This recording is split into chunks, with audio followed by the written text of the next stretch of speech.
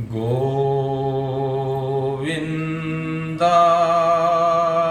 नमो नमः। श्रीकृष्णाय वयं नुमः। नारायणाय नमोस्तुते।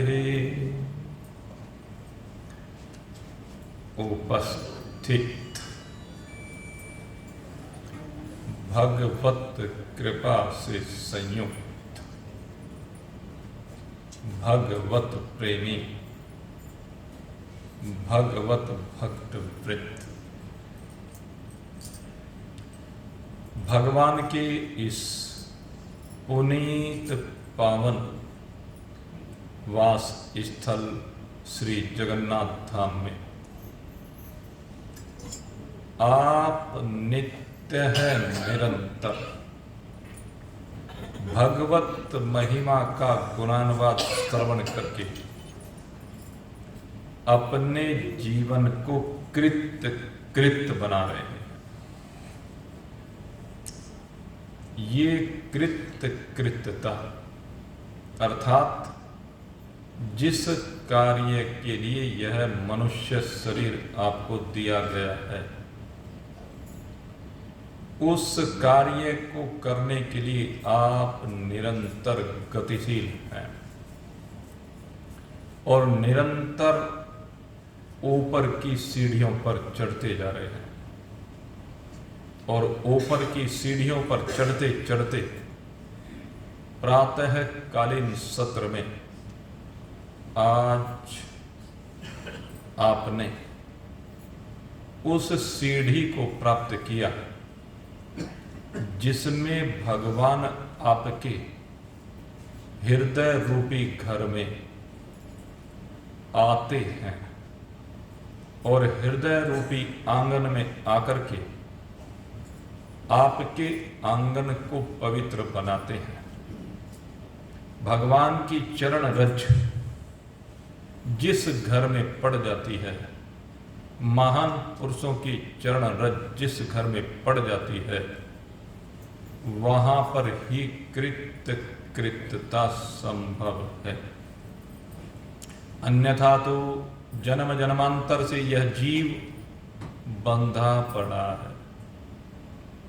अज्ञान के कारण सदा 3 गुणों के बंधन में बंधा रह करके यही लोक से लेकर के परलोक तक यात्राएं करता रहता है और बस सारी जिंदगी दौड़ भाग करते करते यूं ही कुत्ते बिल्लियों की तरह से मर जाता है। लेकिन भाग्यवान है वह लोग जिनका चित्त भगवान की ओर आकृष्ट होता है। ये ब्रिज की गोपियां उन्हीं में से हैं जिनका ध्यान केवल भगवान की ओर आकृष्ट है, जिनके हृदय में केवल भगवान है और वो अपनी प्रत्येक क्रिया में भगवान की उपस्थिति को अनुभूत करना चाहते हैं। उनकी प्रत्येक क्रिया भगवान के लिए है। उनके दिन का शुभारंभ भगवत दर्शन से होता है। उनके शरीर से जो भी क्रियाएं होती हैं सब भगवत अर्पण बुद्धि से हो रही है। उनमें कहीं भी कर्तापना नहीं है। ये गोपियां कर्तापने के भाव से विनिर्मुक्त हैं। वो जानती हैं कि कर्तापने का भाव बांधने वाला है, कर्तापने का भाव आवागमन कराने वाला है। इसलिए गोपियां जो भी कार्य कर रही हैं वो भगवत अर्पण बुद्धि से कर रही हैं, भगवान के लिए कर रही हैं। बच्चों का पालन पोषण हो रहा है तो वो भी भगवान की इच्छा से हो रहा है। घर के काम धंधे हो रहे हैं तो वो सब भगवान की इच्छा से हो रहे हैं। लेन देन हो रहे हैं तो भगवान की इच्छा से हो रहे हैं। सब कुछ भगवत इच्छा से हो रहा है। भगवान की इच्छा के बिना एक पत्ता भी नहीं हिलता है।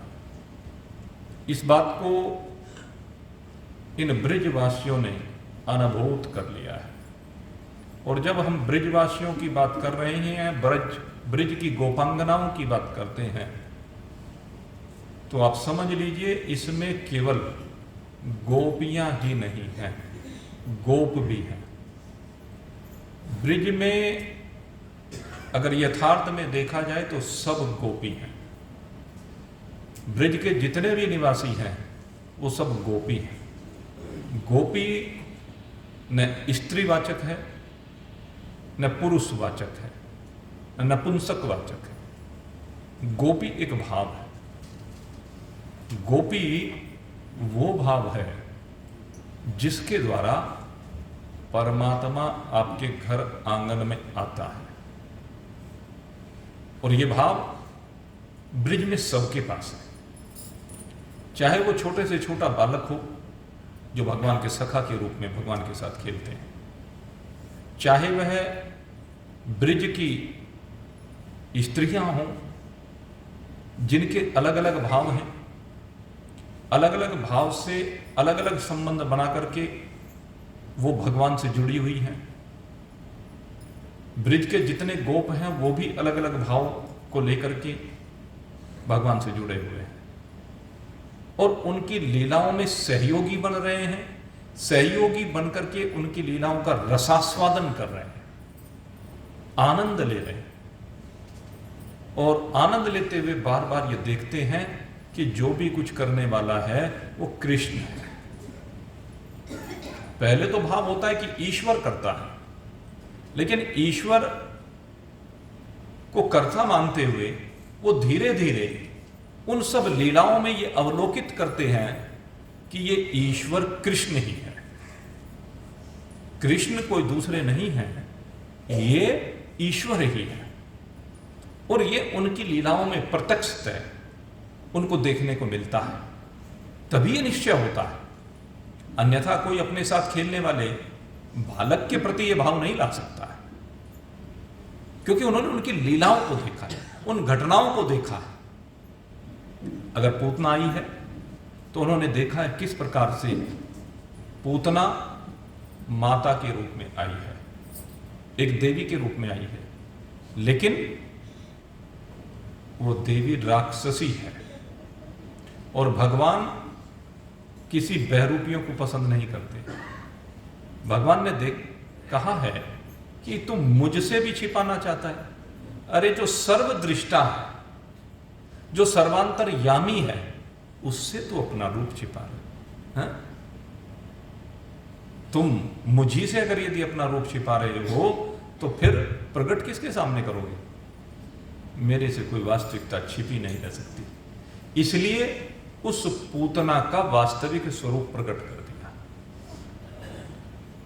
दोनों जगह पर घटना हुई है, रामावतार में भी यही घटना हुई है और यहां इसमें कृष्णावतार में भी घटना हुई है।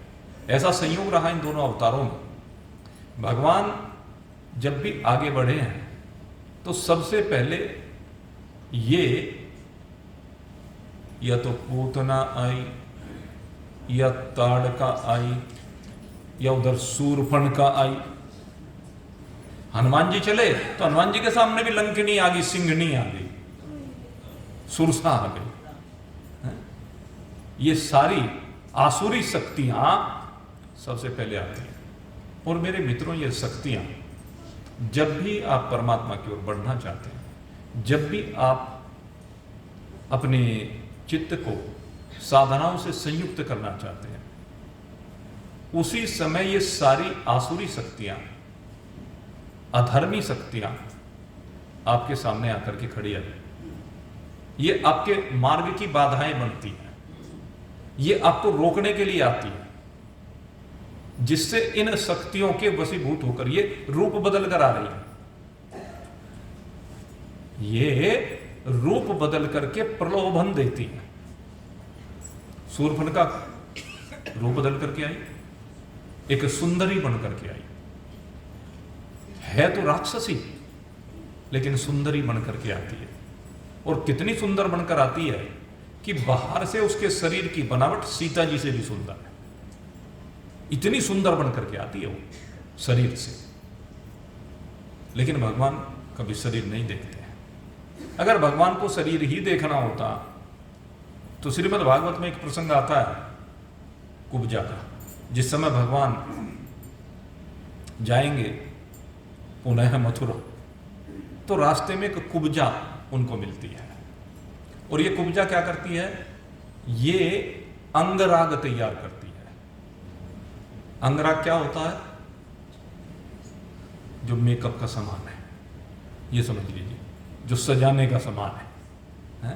पहले चंदन इत्र आदि लगाया जाता है, तो ये आजकल रूप बदल गया, तो वो अंगराग तैयार करती है। और पहले केवल स्त्रियां ही ये अंगराग नहीं लगाती थी, पुरुष भी लगाते थे। जो राजे महाराजे आपने देखे होंगे, फिल्मों में देखे होंगे, टेलीविजन पर देखते होंगे, आप देखते होंगे ना, जिस तरह स्त्रियां आभूषण पहनती हैं इस तरह वो भी पहनते हैं। हमारी कल्पनाएं अगर यदि देखें, सिर पर मुकुट धारण किया है, गले में न जाने कितने हार पहने हुए होते हैं, हाथों में बाजूबंद पहने होते हैं, और तगड़ी बांधे हुए होते, पता नहीं क्या क्या पहने रहते हैं पुरुष भी। तो ये पहले परंपराएं थी।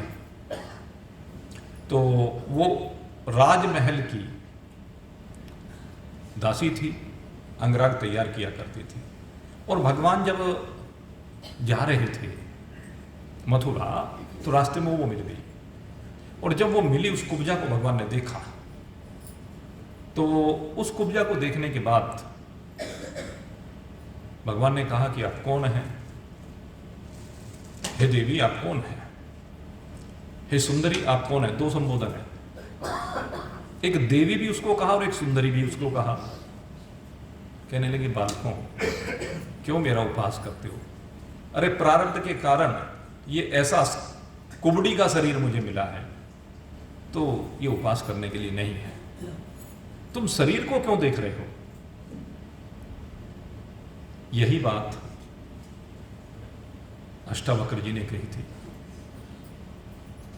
और अष्टावक्र जी ने जब ये बात कही थी तो नहीं माना। वो कौन सा देवता था, मेरे दिमाग से निकल गया। एक उपहास किया तो उन्होंने साप दे दिया, और सापवश उसको वो बनना पड़ा साप। तो ऐसे ही कुब्जा, भगवान ने उस कुब्जा के भाव को देखा है, शरीर को भगवान नहीं देखते हैं। भगवान कहते कि मैं जो कह रहा हूं सत्य कह रहा हूं। कहले प्रभु आप उपहास करते हैं, मुझ कुबड़ी को आप सुंदरी कह रहे हैं? कहले हां, मैं जो कह रहा हूं वो सत्य है। ये कैसे सत्य हो सकता है? कहले कि मैं शरीर को देखता ही नहीं। भगवान कहते कि कभी किसी का शरीर को देखता ही नहीं। शरीर को क्या देखूं? शरीर तो पंचभूतात्मक है, शरीर तो प्रारब्ध के कारण मिला है, और सबके शरीर की एक ही गति है, भस्मांतम शरीरम। दो मुट्ठी राख रह जाए, इसके अतिरिक्त इस शरीर की और कोई गति होने वाली नहीं है। ये पंचभूतात्मक है। इसलिए हे कुब्जा, हे सुंदरी, मैं तेरे इस कूप को नहीं देख रहा हूं, मैं तेरे दिल को देख रहा हूं, मैं तेरे भाव को देख रहा हूं। जब तू एक असुर की सेवा कर रही है, प्रारब्ध बस असुर की सेवा करते हुए भी तेरे मन में एक भाव है कि एक दिन भगवान आएंगे और इस मथुरा को इस दुष्ट से मुक्त कराएंगे। तुझे अपने ऊपर इतना विश्वास है, तेरा इतना पवित्र कोमल भाव है, निर्मल भाव है। इसीलिए मैं कहता हूं तेरा भाव सुंदर है, मैंने तेरे भाव को देखा है। और भगवान उसके निकट जाते, निकट जाकर के उसके पग पर अपना पग रखते। कई जगह पर एक बात आती है, दो प्रसंगों में, एक अहिल्या का प्रसंग ऐसा ही हुआ और एक ये कुब्जा का प्रसंग ऐसा हुआ कि भगवान ने इन दोनों के चरणों के ऊपर चरण रखा है, चरण का स्पर्श किया है, चरण से छुआ, किसी को चरण थोड़े ना लगाया जाता है। ये हमारी एक लौकिक मर्यादा है कि हम किसी को पैर से नहीं छूते हैं, बल्कि पैर छूते हैं। अब बहुत लोग इसमें संदेह ही करते हैं। पहली तो बात यह है कि ये भगवान की लीलाएं हैं और भगवान के चरणों का ही स्पर्श किया जाता है। जब भी हमें अपना कल्याण करना होता है, हम सबकी एक चाहत होती है कि भगवान के चरण कमलों की रज हमें मिल जाए, उस चरण कमल की रज को हम अपने मस्तक पर धारण कर लें, ये भाव होता है। तो इसी भाव के कारण वो जो अहिल्या है वो पाषाणवत जीवन जी रही है, ऐसे नहीं है कि वो पत्थर की बन गई। मनीषियों के अपने अपने भाव हैं, उन भावों में रामचरितमानस में भले ये बात कही गई हो, लेकिन मैंने वाल्मीकि रामायण का जब अध्ययन किया तो मुझे कहीं ऐसा प्रतीत नहीं हुआ कि अहिल्या गौतम ऋषि के साथ से पत्थर की बनी। पत्थर नहीं बनी। अहिल्या के साथ न छल हुआ, आपको बताएं, अहिल्या के साथ छल नहीं हुआ। अहिल्या एक बहुत सुंदर स्त्री है, गौतम ऋषि की पत्नी है, और गौतम ऋषि एक बहुत बड़े तपस्वी हैं। अहिल्या के सौंदर्य पर मुग्ध होकर के इंद्र उसके पास आया और इंद्र ने आकर के गौतम ऋषि का वेश बनाया।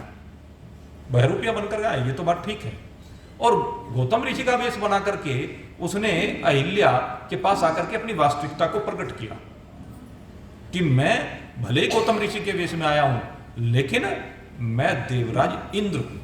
अहिल्या को बताया उन्होंने कि मैं देवराज इंद्र हूं और मैं तुम्हारे रूप पर मुग्ध होकर के तुम्हारे पास आया हूं, तुम मेरा निवेदन स्वीकार करो। और अहिल्या ने अपने रूप के अहंकार में कहने लगे, इतनी सुंदरी हूं कि मेरे पास देवराज इंद्र आए हैं।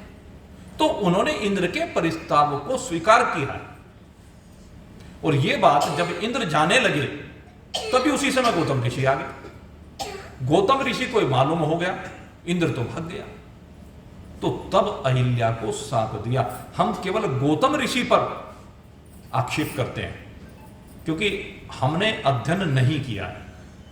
हम कमी गौतम ऋषि में निकालते हैं अधिकांशतः कि गौतम ऋषि ने अहिल्या को साप दे दिया। पाप किया तो पाप के कारण साप लिया। पाप तो अहिल्या ने किया, गौतम ऋषि ने पाप नहीं किया। लेकिन दोषारोपण गौतम के ऊपर होता है अनभिज्ञता के कारण। इसीलिए मैं कहता हूं शास्त्रों का प्रॉपर अध्ययन होना चाहिए। और उसके बाद गौतम ऋषि अहिल्या को त्याग करके चले गए। उस वन में, उस वन में अहिल्या अकेली रहने लगी और वो वहां जो जीवन व्यतीत करती है उसे अपनी भूल का पश्चाताप हुआ। गौतम ऋषि कहकर भी गए कि तुझे अब अपनी भूल का प्रायश्चित करना होगा और यहां पर तपस्या करनी होगी, और उस तपस्या के प्रभाव से एक दिन भगवान तुझ पर प्रसन्न हो जाएंगे। क्योंकि भगवान तो जो भी कोई उनकी शरण में आता है, कितना बड़ा पापी से पापी भी क्यों ना, अपि चेतसि पापेभ्यः सर्वेभ्यः पाप कृतम् सर्वज्ञान पल्लनैव वर्जिनम् संतरिष्यसि। भगवान ने स्वयं कहा कि पापी से पापी भी जब मेरे शरण में आता, पहले उसने पाप किया कोई बात नहीं, लेकिन आगे संकल्प करके कि आगे मैं पाप नहीं करूंगा, और वो भगवान की शरण को प्राप्त होता है, तो भगवान कहते हैं अहम त्वा सर्व पापेभ्यो मोक्षयिष्यामि मा शुचः, मैं तुझे सारे पापों से मुक्त कर दूंगा। तो गौतम ऋषि उसके लिए कल्याण का मार्ग भी खोल करके गए कि तू अब तपस्या कर, अपने पाप का प्रायश्चित कर। मेरे मित्रों, पाप अनजाने में हमारे सबसे हो जाते हैं, भूलवश या कह लीजिए जानबूझकर भी हो जाते हैं, गलत कर्म हो जाते हैं बहुत बार। और ये लोभ तो ऐसी चीज है भाई, इस लोभ में तो न जाने क्या क्या पाप ये मनुष्य कर जाता है। लेकिन हमारे शास्त्र कहते हैं कि अगर लोभवश तूने कोई पाप कर लिया है या तुझसे पाप हो गया है और तुझे ये पता चल गया कि मेरे द्वारा ये पाप कर्म हो गया है, तो कहते हैं सबसे पहले तो अपने उस पाप को स्वीकार कर, और जिसके प्रति अपराध किया गया है उससे क्षमा याचना कर।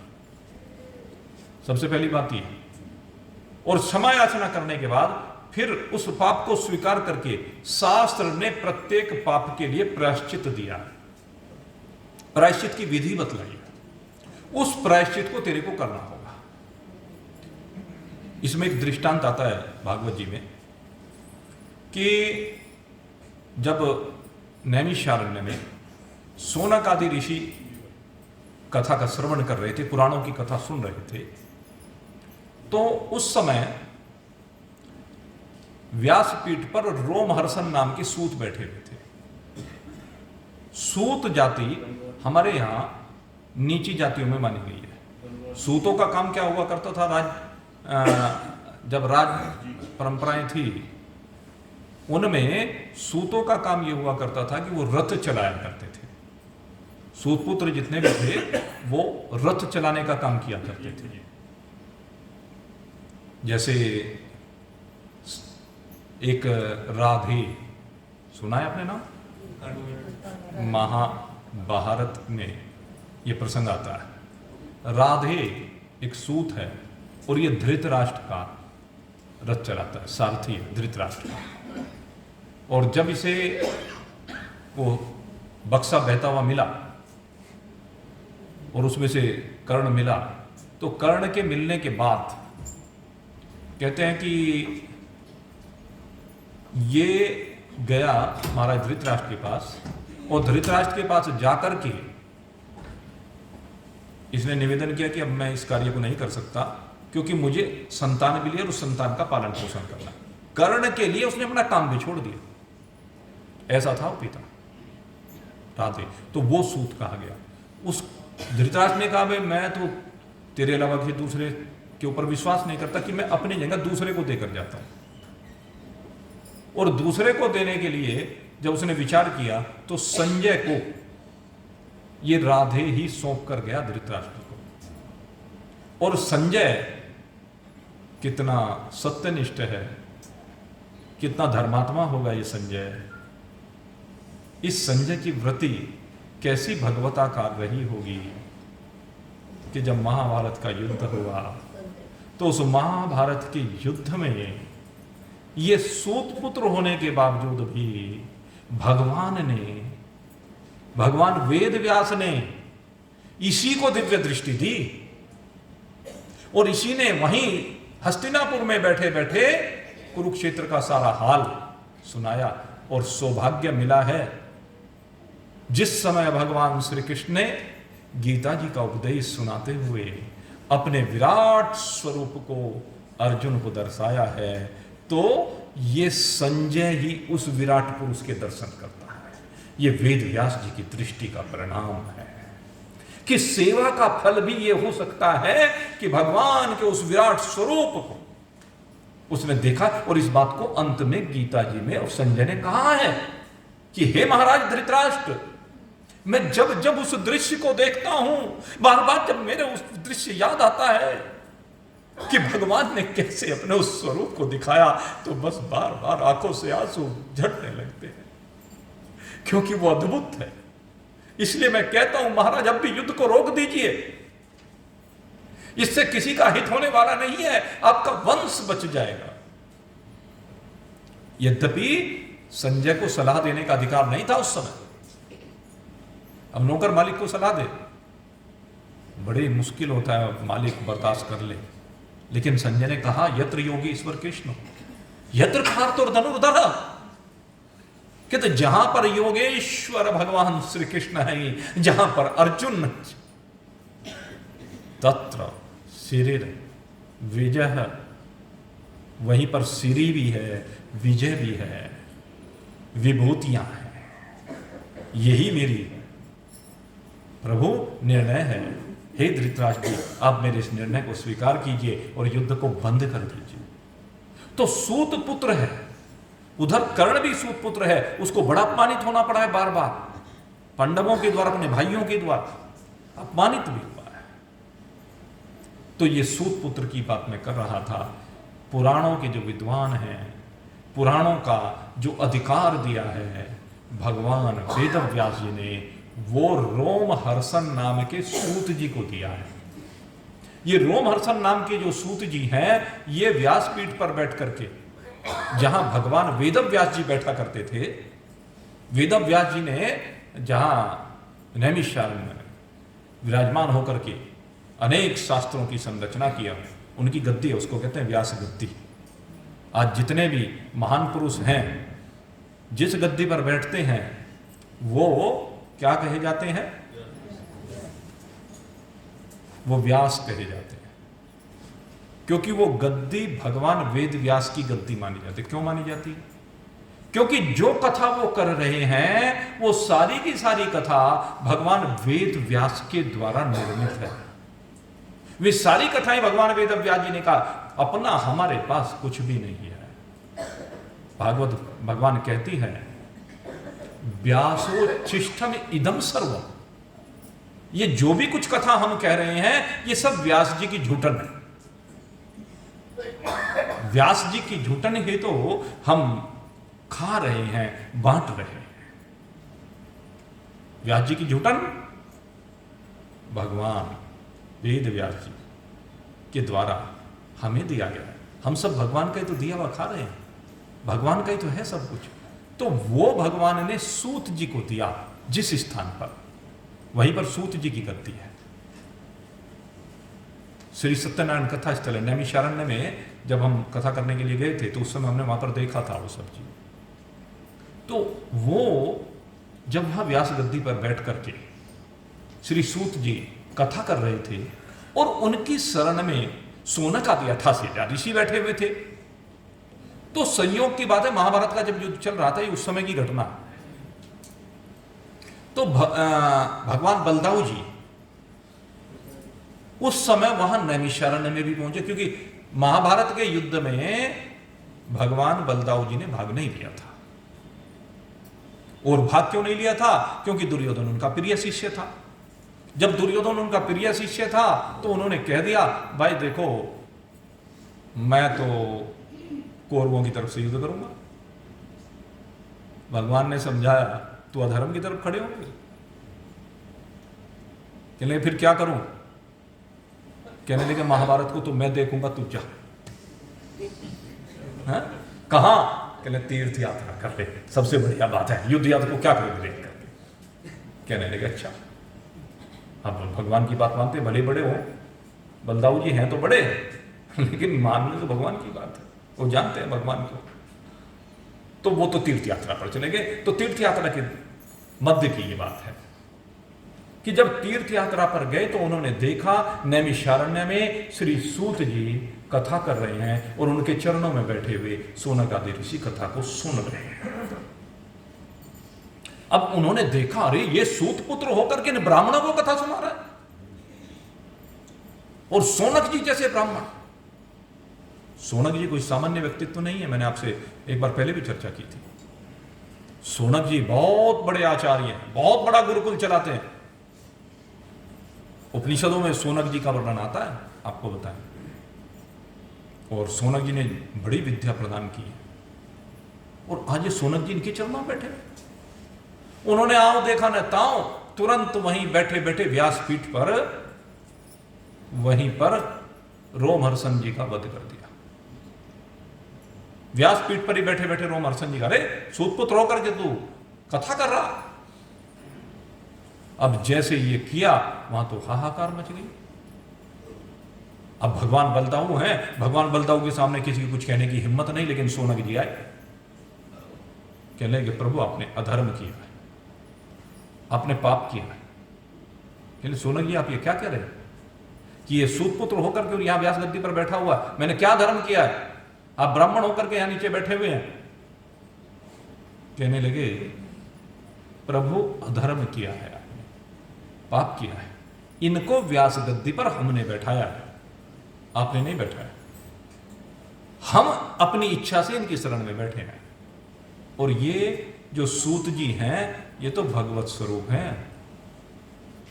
ये भले ही इनका जन्म सूत जाति में हुआ हो, लेकिन ये तो भगवत स्वरूप है। भगवान वेद व्यास जी के सबसे प्रिय शिष्य हैं। भगवान वेद व्यास जी के 5 शिष्य हैं, विशेष रूप से मैं आपको बताऊं।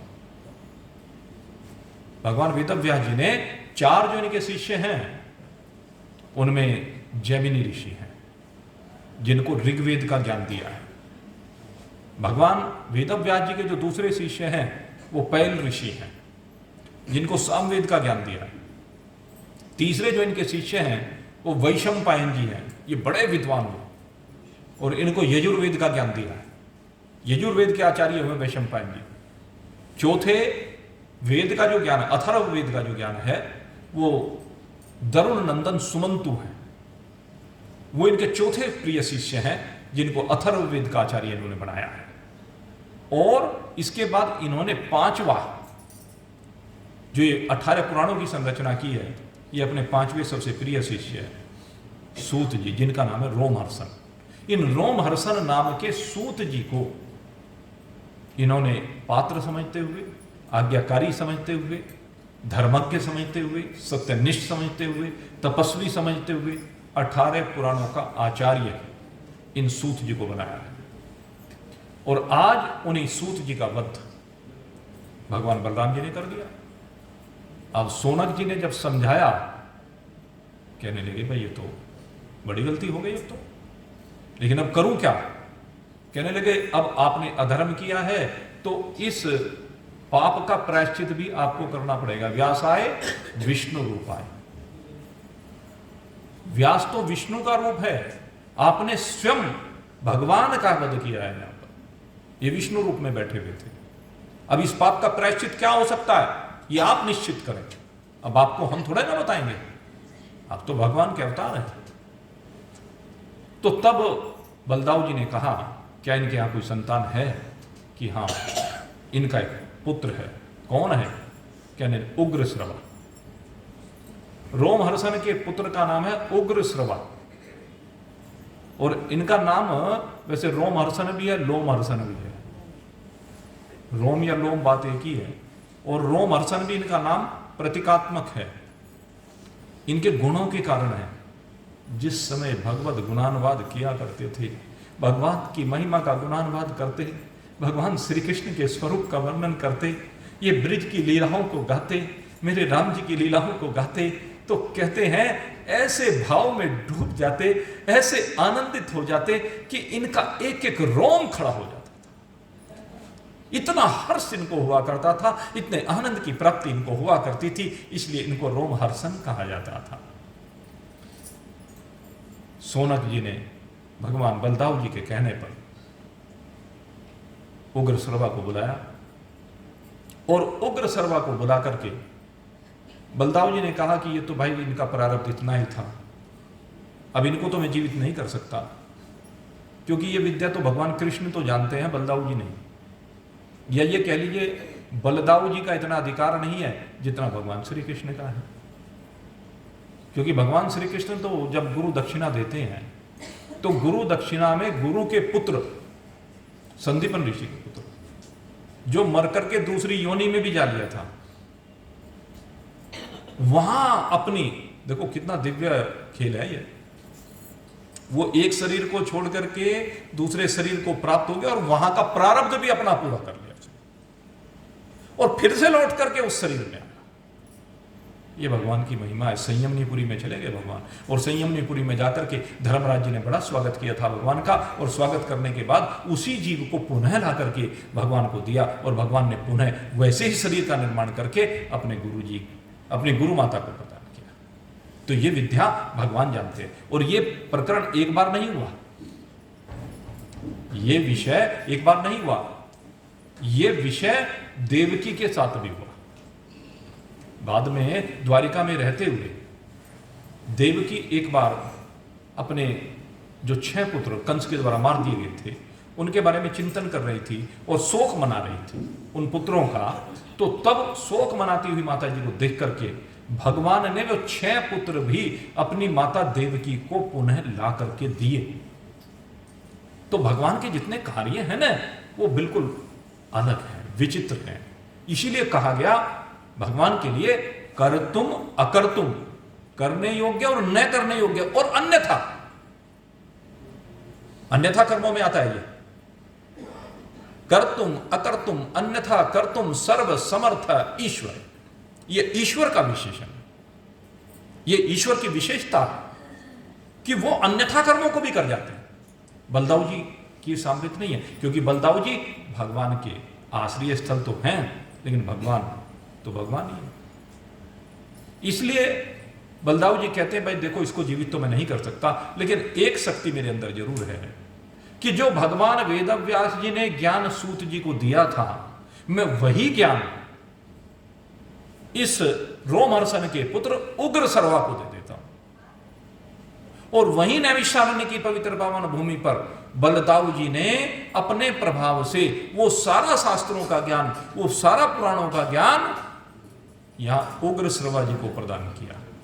और ये जो भागवत सुना रहे हैं ना शौनक आदि ऋषियों को, ये भागवत वही उग्र सर्वा सुना रहे हैं, रोमहर्षण नहीं सुना रहे।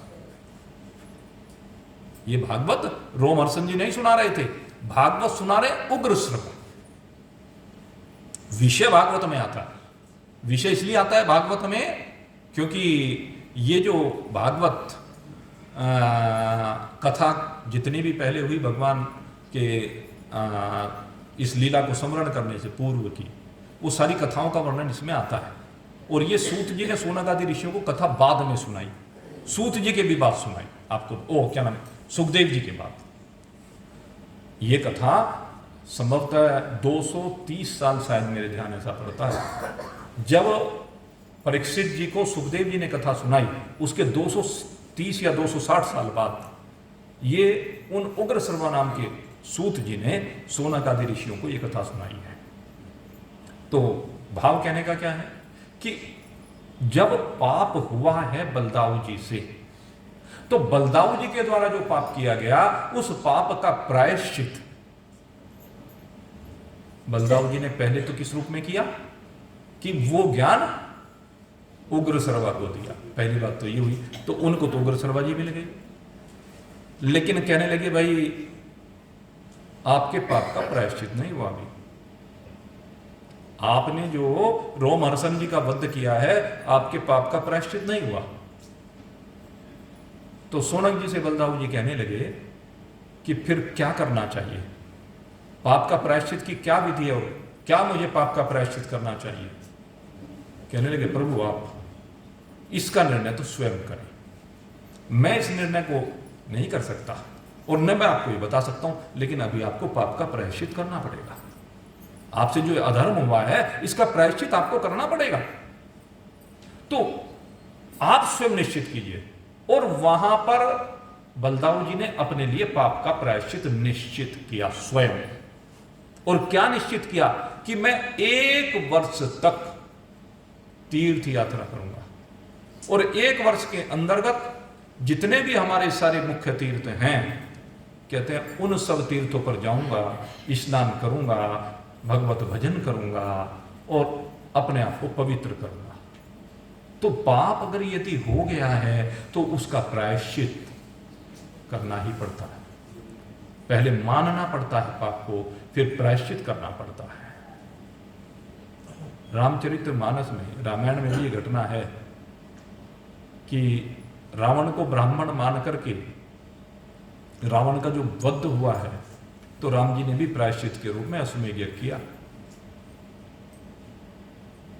तो अब वही बात यहां पर आ रही है कि अहिल्या को गौतम ऋषि ने श्राप दिया, तो प्रायश्चित का विधान करके गए कि तू यहां पर तप कर, और जब तू तप करेगी तो तप करने से एक ना एक दिन भगवान प्रसन्न होंगे और भगवान के दर्शन का लाभ मिलेगा। भगवान के दर्शन के साथ साथ जब तुझे भगवान अपने चरणों की रज स्वयं प्रदान करेंगे। यहां पर एक शर्त है, शर्त यह है तू भगवान के चरणों की रज नहीं लेगी, अपितु भगवान आकर के स्वयं तुझे अपने चरणों की रज देंगे, तब तू पवित्र होगी। तो इसीलिए भगवान ने आकर के अपने चरणों की रज उसके चरणों को प्रदान की है, और वो चरणों की रज जब उसके चरणों को मिली है तो अहिल्या अब पाप मुक्त हो गई है। सन्मुख हो य जीव मोह जबहि। शास्त्रकार कहते हैं सन्मुख हो य जीव मोह जबहि, जन्म कोटि अघना सहित बहि। कहते जब ये जीव सच्चे मन से विभिन्न साधनाएं करते हुए मेरी ओर आमुख होता है, मेरे सन्मुख आता है, सन्मुख हो या जीव मोह जबहि, जन्म कोटि, एकाध जन्म की बात नहीं की, कोटि माने करोड़ों भी होते हैं और कोटि माने अनेक भी होते हैं, अनेक प्रकार। कहते अनेकों करोड़ों युग युगांतर कल्प कल्पांतर में जो पाप हुए हैं, कहते हैं भगवान के दर्शन का फल यह है, भगवान को पाने का फल यह है कि उन सब पापों से मुक्त हो जाता है। और वेदांती कि अगर यदि हम बात करें तो जैसे ही उसे अपने स्वरूप का बोध होता है, वो पाप और पुण्य दोनों की ही सीमा से बाहर निकल जाता है।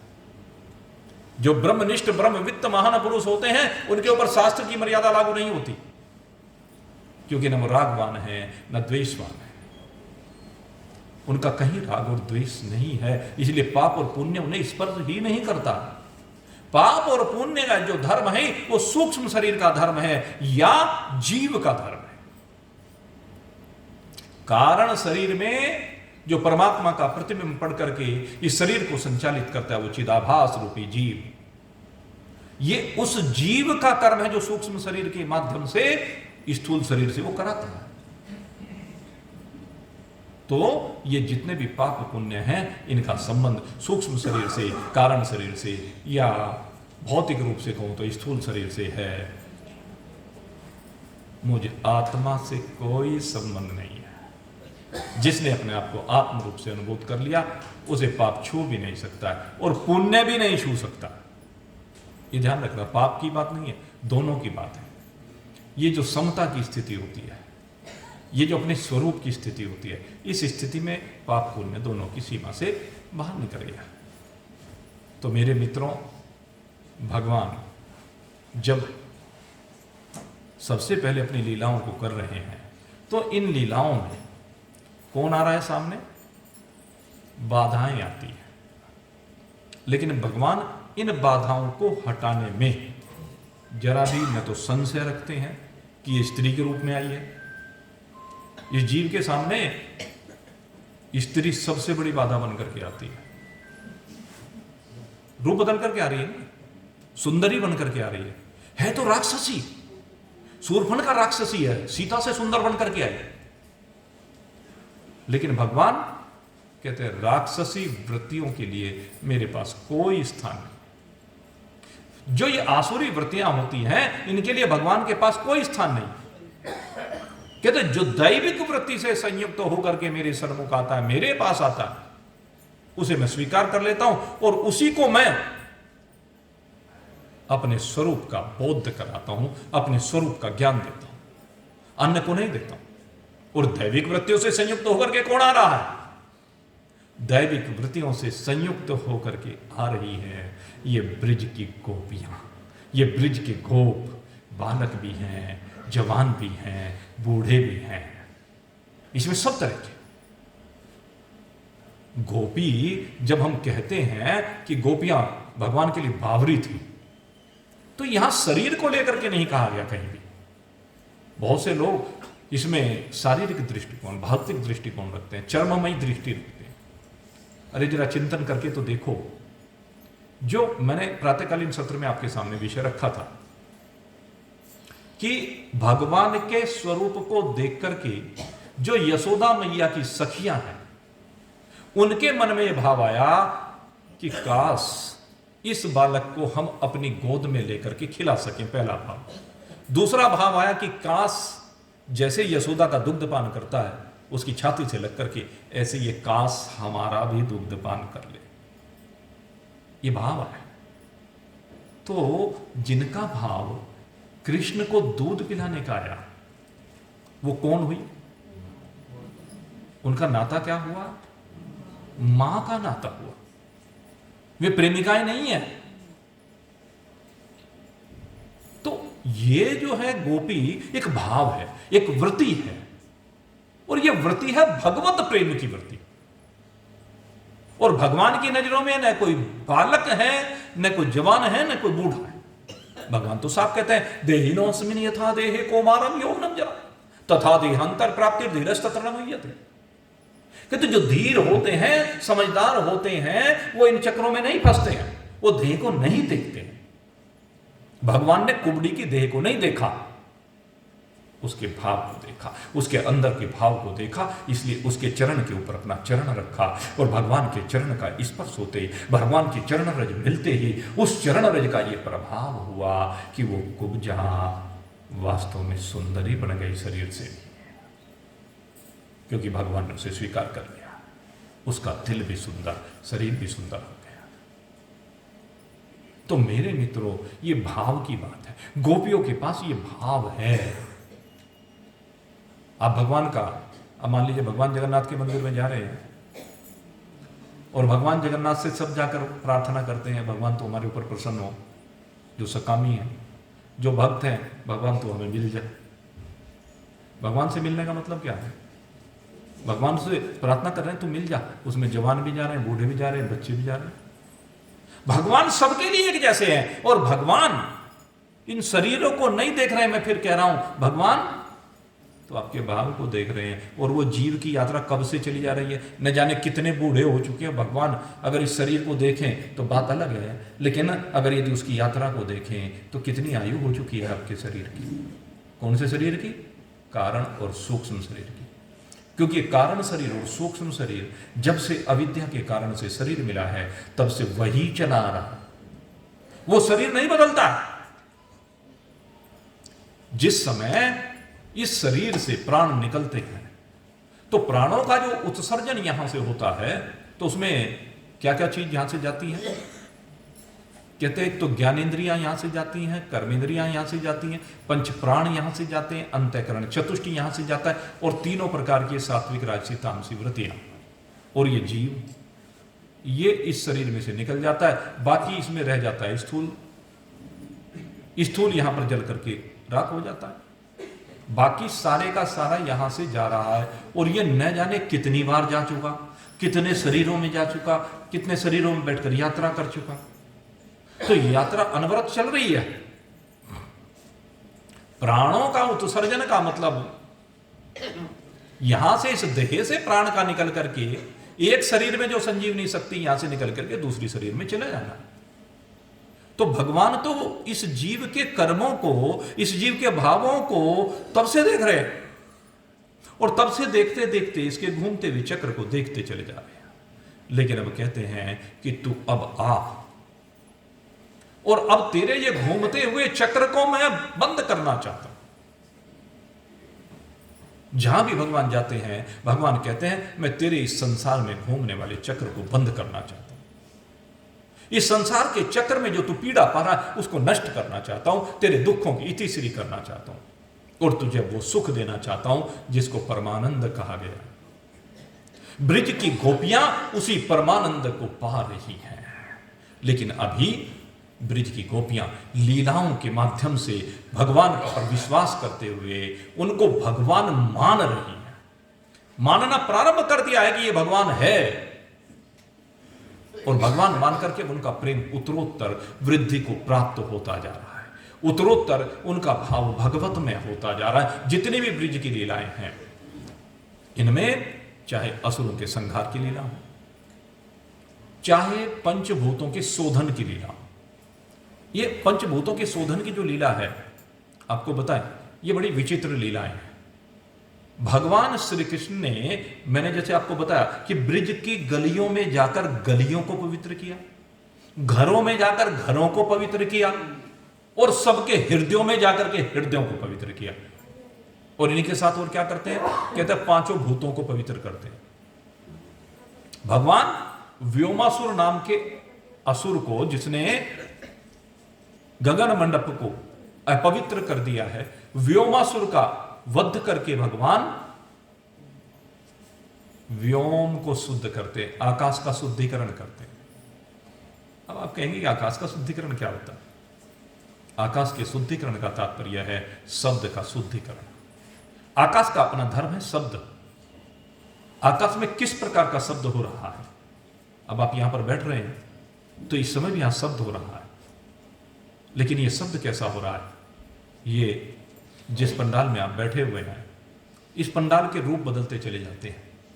अब ये तो होटल है भाई, अब होटल में तरह तरह के कार्यक्रम होते हैं।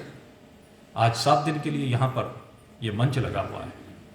अब कोई विवाह शादी वाले आए तो विवाह शादी वाले के लिए मंच सज जाएगा, जन्मदिन वाला आए उसके लिए मंच सज जाएगा, और कोई वो रस्म 13वीं होती है उसके लिए आए उसके लिए मंच लग जाएगा। यहाँ तो रोज मंच बदलते हैं, स्वाभाविक है, क्योंकि ये तो एक ऐसा कार्यक्रम स्थल है, परिवर्तन हो रहा है। तो शब्द, लेकिन यहां पर इस समय जो शब्द हो रहे हैं और विवाह शादी में जो शब्द होंगे, दोनों में अंतर है कि नहीं है? इन शब्दों से शुद्धिकरण होगा इस होटल का, इस शब्दों से शुद्धिकरण होगा इसमें रहने वालों का, क्योंकि ये शब्द यहां पर प्रवाहित होकर के इस वातावरण को दैविक बना रहे हैं। और जब शराब के नशे में नाचते हैं, गाते हैं, तो वो अशुद्ध बना देते हैं। ये जो असुर प्रवृत्ति के लोग होते हैं, ये सारे वातावरण को अपवित्र कर देते हैं, आसुरी प्रवृत्ति के लोग, और इनसे धर्मात्मा भी पीड़ित होते हैं। कैसे शब्द व्यथित करता है, शामली की घटना आपको बताता हूं। एक वो डीजे चलते हैं, डीजे यात्राओं में डीजे चलते हैं, और वो जो डीजे चलते हैं 1 किलोमीटर दूर तक भी उनका कंपन स्पष्ट अनुभव किया जाता है। घर हिलने लगते हैं डीजे के चलने से। ये है व्योमासुर, इसका नाम व्योमासुर है। अच्छा एक बात बताइए, आप यहां कथा सुन रहे हैं, एक एक शब्द आपके कान में पड़ रहा है। वो अलग बात है कि अपनी अपनी पात्रता के अनुसार किसी की समझ में वो ज्ञान आ रहा हो या ना आ रहा हो, कोई इसको ग्रहण कर रहा हो या ना कर रहा हो, लेकिन ये शब्द किसी के लिए दुखदायी है क्या? सबके लिए सुखदायी है ना ये शब्द, सबका भला करने वाले हैं ना।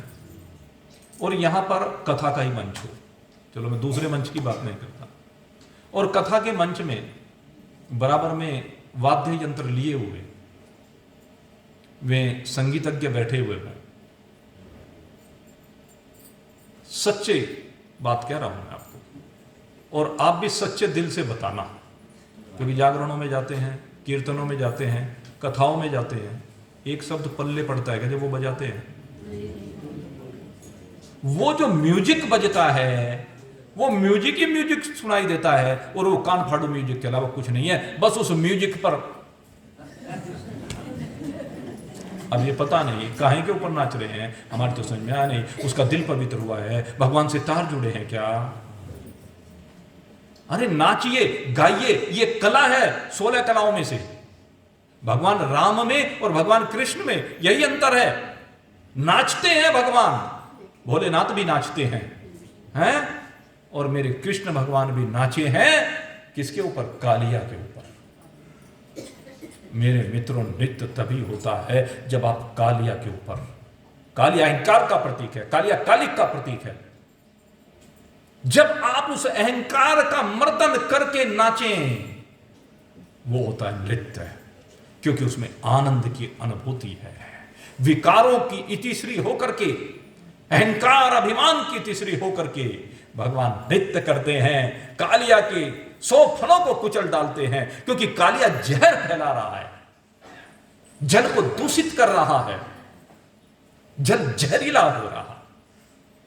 तो भगवान जल में से जहर को बाहर निकालते हैं, उस जहरीले नाग का दमन करते हैं। काली देह में काली को नाथा है, काली देह में नाग जो नाथो, फन फन निरत करंता, भजो रे मन गोविंदा, भजो रे मन गोविंदा। गाते हो ना आप भजन? सब गाते हैं, नटवर नागर नंदा भजो रे मन गोविंदा, नटवर नागर नंदा भजो रे मन गोविंदा। इस भजन में कली है कि भगवान नाग के ऊपर नृत्य, असली बात यह साधक नाग के ऊपर नृत्य कर, साधक की साधना की पूर्ति वही है जब आप अपने अहंकार के ऊपर नृत्य कर सके, अहंकार का मर्दन कर सके। अहंकार का मर्दन करने के बाद जो नृत्य होता है वो आनंदमय होता है, वो भगवत स्वरूप होता है, भगवान की प्राप्ति कराने वाला होता है। तो भगवान भी नृत्य कर रहे हैं और एक तांडव नृत्य भी होता है शंकर भगवान का। हाँ? और वो तांडव नृत्य कब होता है?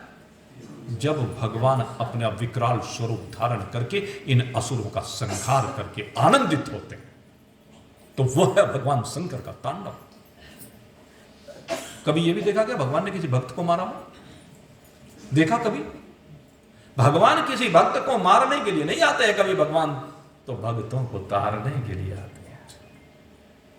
भगवान ने सदा भक्तों को तारा है। आप भी बार बार कहते हो ना, तारा है सारा जमाना, राम हमको भी तारा। आप प्रार्थना करते हैं क्योंकि आप भक्त हैं, इसलिए प्रार्थना करते हैं। राक्षस कभी प्रार्थना नहीं करते कि मुझे तारो। वो तो भयभीत रहते हैं, कभी आके मुझे मारना दे, कभी मारना दे, कभी मारना दे, और आखिर में मार ही देते हैं। राक्षसों का मर जाना ही अच्छा। तो मेरे मित्रों, भगवान ने इन भूतों का शोधन किया है, और शोधन का तरीका मैंने अब आपको बता दिया कि अब आप शब्द कौन से सुनते हैं। वो कान फाड़ू संगीत को सुनना चाहते हैं, या जो आप भगवत की महिमा, भगवत महिमा, भगवान की महिमा का गायन होता है, जिसमें आपको आपके स्वरूप का बोध कराया जाता है, जिसमें बताया जाता है कि आप शब्द नहीं हैं। शब्द को पवित्र करने का मतलब है आप शब्द नहीं है।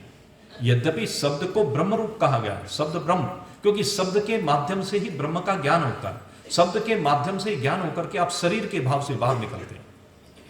शब्द के द्वारा ही गुरु समझाता है। गुरु वाक्य यही तो होते हैं, शब्द के माध्यम से ही प्रवाहित होते हैं, और शब्द के माध्यम से वाक्य प्रवाहित होकर के आपको इस शरीर से विलग कर देते हैं, आकाश से विलग कर देते हैं। आप आकाश नहीं है, ये आकाश की पवित्रता है। जिस समय आकाश के विकार को आप अपने अंदर से बाहर निकाल देंगे, उसी समय आप आकाश के भाव से बाहर निकल जाएंगे, आकाश से आप पवित्र हो जाएंगे। इसी प्रकार से वायु की बात की जाती है। तृणावृत है, तृणावृत वो भी एक असुर है। भगवान ने देखा कि तृणावृत नाम का असुर सारी वायु को दूषित कर रहा है। जिस समय तृणावृत चलता है तो तृणावृत कहते हैं कि बवंडर के रूप में चलता है, आज भी चलता है। मैंने अभी पीछे एक दिन टेलीविजन पर दिखा रहे थे, अमेरिका में जो हमने कृष्णा सीरियल बनाया था, हमारे उन्होंने क्या नाम, रामानंद सागर जी, उसमें दिखाया था कि तृणावृत कैसे चलता है, बवंडर को दिखाया था। तो हमने सोचा कि भाई ये शायद एक कल्पना उन्होंने की है बवंडर की, कि इस तरह से बवंडर चला करता होगा, क्योंकि भागवत में बवंडर के रूप में उसको लिखा है। तो अभी पीछे अमेरिका में वो ऐसा ही बवंडर आया, और उस बवंडर को वो जो ये आजकल सीसीटीवी लगे हुए हैं, इन सीसीटीवी की कैद में आ गया, और उस बवंडर के चलने से वो ऐसे घूमता, ऐसे गोल गोल घूमता हुआ, और न जाने कितने किलोमीटर तक चला गया, और जो भी रास्ते में आया सब तहस नहस करता चला गया। पेड़ पौधे, वृक्ष, मनुष्य, यहां तक कि जो घर बार बने हुए थे, वो सीसीटीवी कैमरे ने पकड़ लिया उसको। तो तब आया कि हाँ, बवंडर ऐसा होता है। चारों ओर धूल ही धूल, चारों ओर अंधेरा ही अंधेरा। भागवत में भगवान वेदव्यास ने लिखा, अंधेन तमसः आवृता। ये बवंडर क्या करता है, ये वायु विकार क्या करता है, वायु की अशुद्धि क्या करती है? अंधेन तमसः आवृता, आपकी आंखों के आगे अंधेरा छा जाता है। अगर यदि आपकी आंखों के आगे अंधेरा छा जाए तो आपका जीवन अंधकारमय हो जाएगा। कारण अंधकार क्यों आया? क्योंकि तमसा आवृता, ये तम के कारण आया, तमोगुण के कारण से आया। तमोगुण ने आंखों के आगे अंधापन ला दिया। तमोगुण व्यक्ति को अंधा बना देता है। तो वायु का जो तमोगुणी विकार है, वायु का तमोगुणी विकार है। वायु वैसे तो पांचों भूतों के तीनों प्रकार के विकार होते हैं। जब हमने विचार सागर पढ़ाया था तो उस विचार सागर को पढ़ाते हुए इसके ऊपर बहुत गहन चर्चा की थी। बड़ा गहन विषय है, उसकी चर्चा फिर आज तो करने का मेरे पास समय नहीं है, बहुत लंबा विषय है। लेकिन ये वायु का तमोगुणी विकार है, जिसके कारण से आंखों के आगे पर्दा पड़ जाता है, और आंखों के आगे पर्दा पड़ करके आंखों में धूल ही धूल भर जाती है, कुछ नहीं दिखता है, मल भर जाता है, गंदगी भर जाती है। तो इस गंदगी को साफ करना है। भगवान ने जब देखा कि तृणावृत आया है, तो भगवान ने तृणावृत को देखा। तृणावृत ने क्या किया? बवंडर के रूप में आया और भगवान को अपने में लपेट कर लेकर चल दिया। भगवान की आयु उस समय केवल शरीर रूप से केवल 9 माह की है। अब 9 माह का बालक उस बवंडर में घूमता चला गया, उड़ता चला गया। अब उड़ते उड़ते कहां पहुंचे? ऊपर, जहां उसका कंठ था, भगवान वहां तक पहुंच गए। और जैसे ही कंठ के पास भगवान पहुंचे हैं, वो अब हमारी देसी भाषा में कहते हैं टेंटवा दबा दिया है। ये होता है, ये देखते हैं हड्डी, यही है सबसे ज्यादा गड़बड़ का काम। इसको दबाएंगे, जयराम जी की तो तृणावृत की भी क्या हो गई? जयराम जी की हो गई। जैसे टेंटवा दबाए तो टेंटवा ही दबाना है। किसका? तृणावृत का। तृणावृत माने अशुद्धि, जो वायु ने आपके जीवन में अशुद्धियां परोसी। वायु की अशुद्धि किस रूप में आती है? स्पर्श के रूप में। जो भांति भांति के स्पर्श की अभिलाषा बनती है, ये मनुष्य के शरीर का विकार है। अहिल्या और इंद्र की स्पर्श की तो इच्छा है, यही तो विकार है।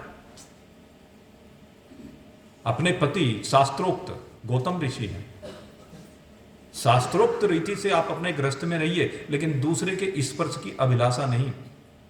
लेकिन ये मन बैठा बैठा जैसे स्वर्ग की बात आती है, स्वर्ग की अप्सराओं की बात आती है, तो मन उस अप्सराओं में विचरण करने लगता है, उन गंधर्वों में विचरण करने लगता है। दोनों की बात है, क्योंकि उनके शरीर बड़े सुंदर हैं, बड़े आकर्षक हैं, लुभाते हैं। तो जब वो स्पर्श का सुख लेने की अभिलाषा शास्त्र विरुद्ध हमारे अंदर उत्पन्न होती है, और वो इसलिए उत्पन्न होती है कि हम समझते हैं कि ये चमड़ी सुखदायी है। इस चमड़ी को सुखदायी समझना ये वायु का विकार है। कभी कोमल स्पर्श, कभी उष्ण स्पर्श, कभी शीतल स्पर्श। ये जो शास्त्र विरुद्ध अभिलाषाएं स्पर्श की बनी रहती हैं, ये स्पर्श की अभिलाषाएं ही ये अंधा बनाती है। अच्छे अच्छों को अंधा बना दिया। जब विश्वामित्र तक को नहीं छोड़ा, और विश्वामित्र की क्या बात करें, वेद व्यास जी के पिताश्री पाराशर ऋषि, आप देखो, यद्यपि वो भी एक भगवान की लीला है, भगवान के प्रकटने की लीला होनी थी, लेकिन है तो शास्त्र मर्यादा के विरुद्ध। पाराशर जी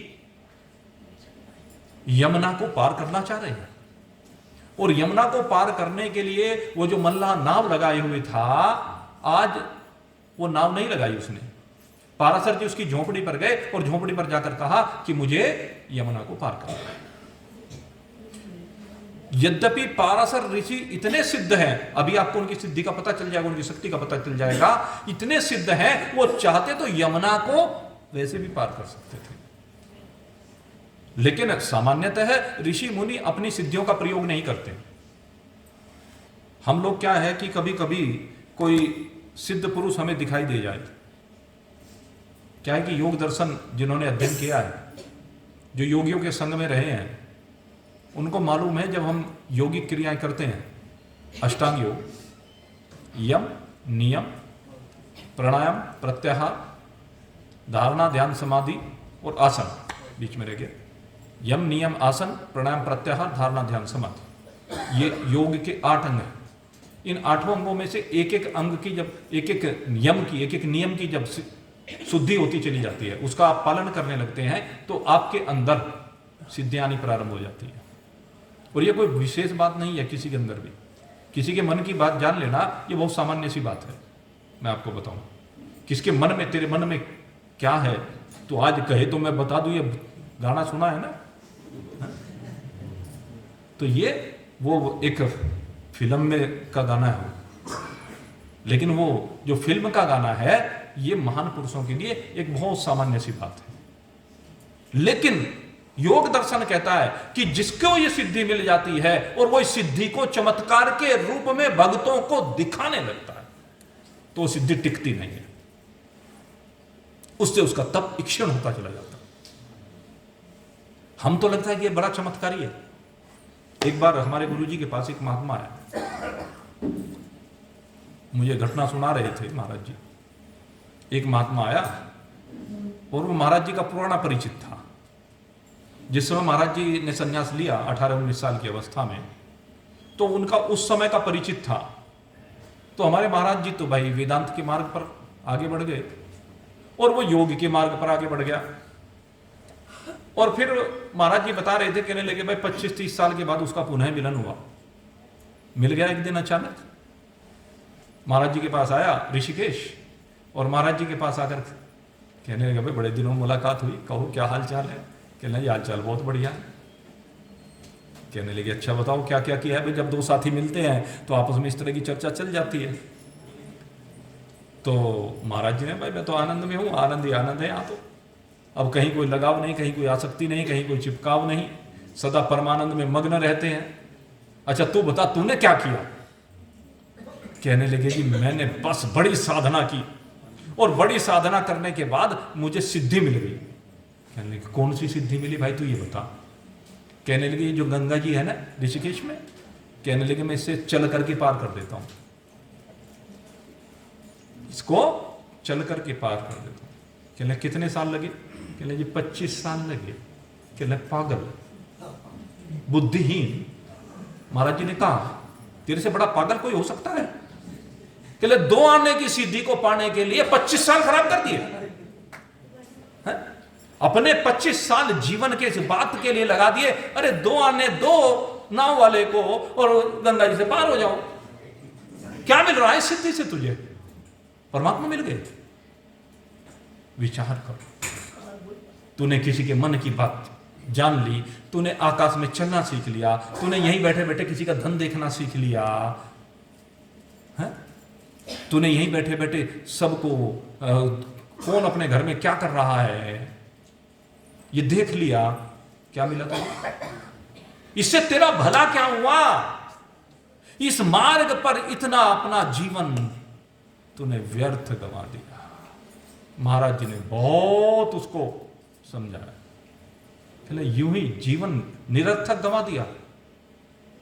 और उस दिन उस महात्मा की समझ में आ गया, और समझ में आया तो महाराज जी की शरण में आया। महाराज जी वास्तव में आज तक कोई दिशा देने वाला ही नहीं मिला।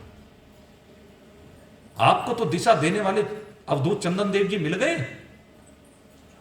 जिन्होंने आपको दिशा दे दी। हमारे अवधूत चंदन देव जी भी हुए और बड़े दिव्य महान पुरुष हुए। ऐसे महान पुरुष जो अवधूत दत्तात्रेय जी की श्रेणी में गिने जाते हैं, अवधूत चंदन देव जी, उनके संग में हमारे गुरुदेव आए तो वो भी वैसे ही हो गए।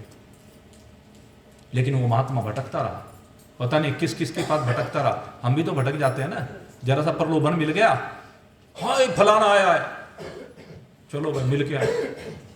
2 आने की सिद्धि वाले व्यक्ति के पास भागे भागे फिर रहे, पागल हुए। यही तो हो रहा है। और क्या है? क्या दृष्टि चली गई तुम्हारी? सोच के देखो, शुद्धिकरण कीजिए, इन सिद्धियों में कुछ नहीं रखा है। असली सिद्धि भगवान की सिद्धि है। अगर यदि तुमने इस मनुष्य शरीर को प्राप्त करके मेरे वृंदावन बिहारी लाल इस भगवान जगन्नाथ की शरण में आकर भी उस जगन्नाथ को प्राप्त नहीं किया तो फिर तो सारा जीवन यूं ही व्यर्थ है। बात तो ये है। इसलिए शुद्धिकरण कीजिए। भगवान शुद्धिकरण से मिलते हैं और भगवान शुद्धिकरण की विधि बताते हैं। तुझे इस वायु को शुद्ध करना है, स्पर्श के लालच को, लोभ को अपने जीवन से बाहर निकालना है। कब तक इस स्पर्श के चक्कर में भटकता रहेगा। इसके बाद भगवान ने अग्नि को शोधित किया। एक बार नहीं, 2 बार शोधित किया। 2 बार भगवान अग्नि को पी गए। आपने सुना होगा ना, अगस्त मुनि इस समुद्र को पी गए थे। अगस्त मुनि समुद्र को पी गए थे, असुर छिपे हुए थे। इसलिए उनको जो है वो कुंभज ऋषि वैसे तो कहा जाता है। कुंभज ऋषि जिनका जन्म कुंभ से हुआ था, वो कुंभज ऋषि समुद्र को पी गए। ऐसे भगवान ने अग्नि को पी दिया। 2 बार दावानल प्रकट हुआ। एक तो क्या हुआ कि जिस समय काली दह की घटना हुई, कालिया नाग को ना था, तो वो वृंदावन में वहीं पर संध्या काल हो गया। अब सब संध्या काल हो गया तो वहां पर सारे ग्वाल बाल वहीं पर थे। और जब वो सारे ग्वाल बाल वहीं थे तो अब भाई कैसे जाएं वापस लौट करके अपने घरों को। तो संध्या काल में वो फिर रात्रि में वहीं लेट गए। और रात्रि में वहां लेटने पर वन में दावानल प्रकट हो गया। और वन में दावानल के प्रकट होने पर चारों तरफ जंगल में आग लग गई। और जंगल में जब आग लगी तो चारों तरफ से घिर गए ग्वाल बाल। तो उन्होंने कहा सब अपनी आंखें बंद कर लो। भगवान ने सारे ग्वाल बालों को कहा कि आंखें बंद कर लो, और उनकी आंखें बंद कराई और अग्नि का पान कर लिया। अग्नि का पान क्यों किया? क्योंकि अग्निदेव आए थे, कहने लगे प्रभु सबके ऊपर कृपा कर रहे हो, जरा मेरे ऊपर भी कृपा कर दो। कहने आपने सबको तृप्त किया है, लेकिन मैं कैसे तृप्त होऊंगा? अब मेरे तो कोई निकट भी नहीं आना चाहता, मुझे देख करके डर जाते हैं। कहने लगे कोई बात नहीं, तुझे भी मैं ग्रहण करता हूं। तो भगवान ने अग्नि को ग्रहण किया, अग्नि का पान किया। मेरे मित्रों, अग्नि का पान हम भी करते हैं रोज। अग्निपान रोज करते हैं, बस लेकिन वो ऐसा रूप है हमें पता नहीं चलता। अग्निपान क्या एक रूप है। ये आंखें जब भी कहीं से भी निकलती हैं तो संसार के रूप को देखती हैं कि नहीं देखती हैं? संसार का जो रूप है वो दिखता है कि नहीं दिखता है? इन आंखों से रूप दिखता है, किसी की ओर आकृष्ट होते हैं और किसी की ओर नहीं होते हैं। जो हमें काम का लगता है उसकी ओर आकृष्ट हो जाते हैं। होते हैं कि नहीं होते हैं? नजरें वहीं गड़ी की गड़ी रह जाती हैं, तो फटी रह जाती हैं।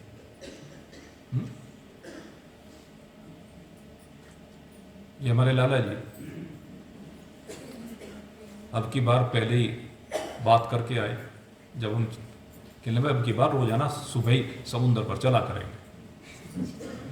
अब मेरा तो आप लोगों को पता है, मैं जहां भी कथा करने के लिए जाता हूं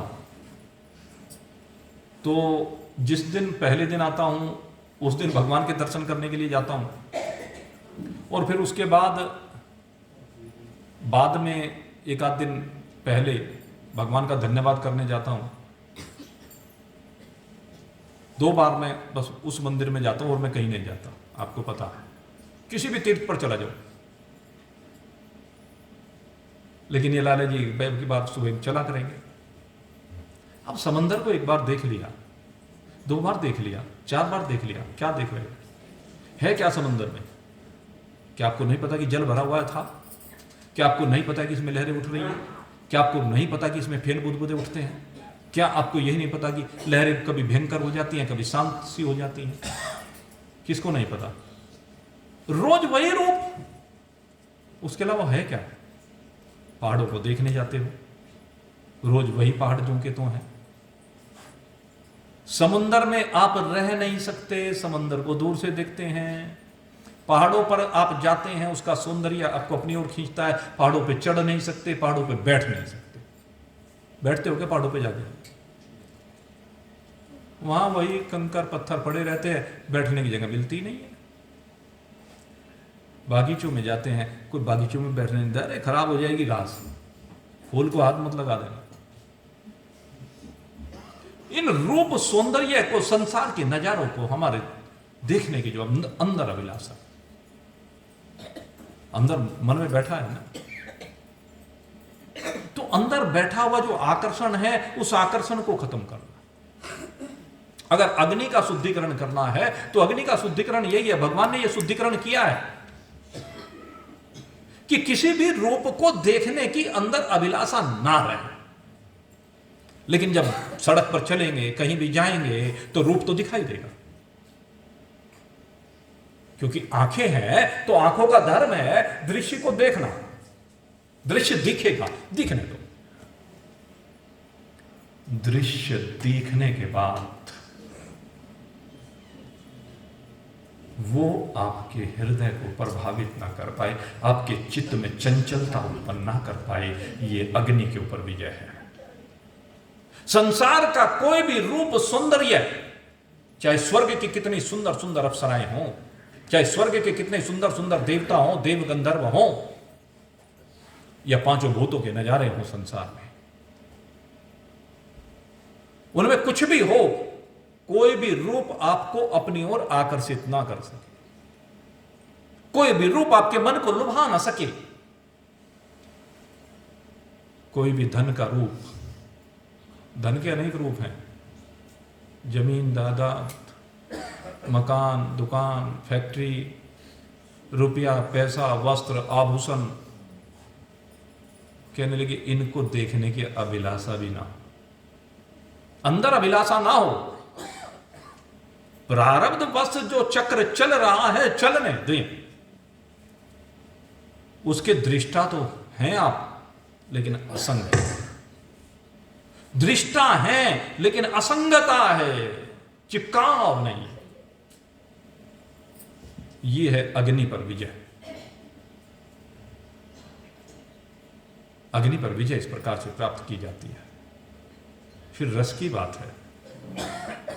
संसार के पदार्थों में भगवान ने रस में से जहर को निकाला है। आपको भी इन रसों में मिला हुआ जहर निकालना है।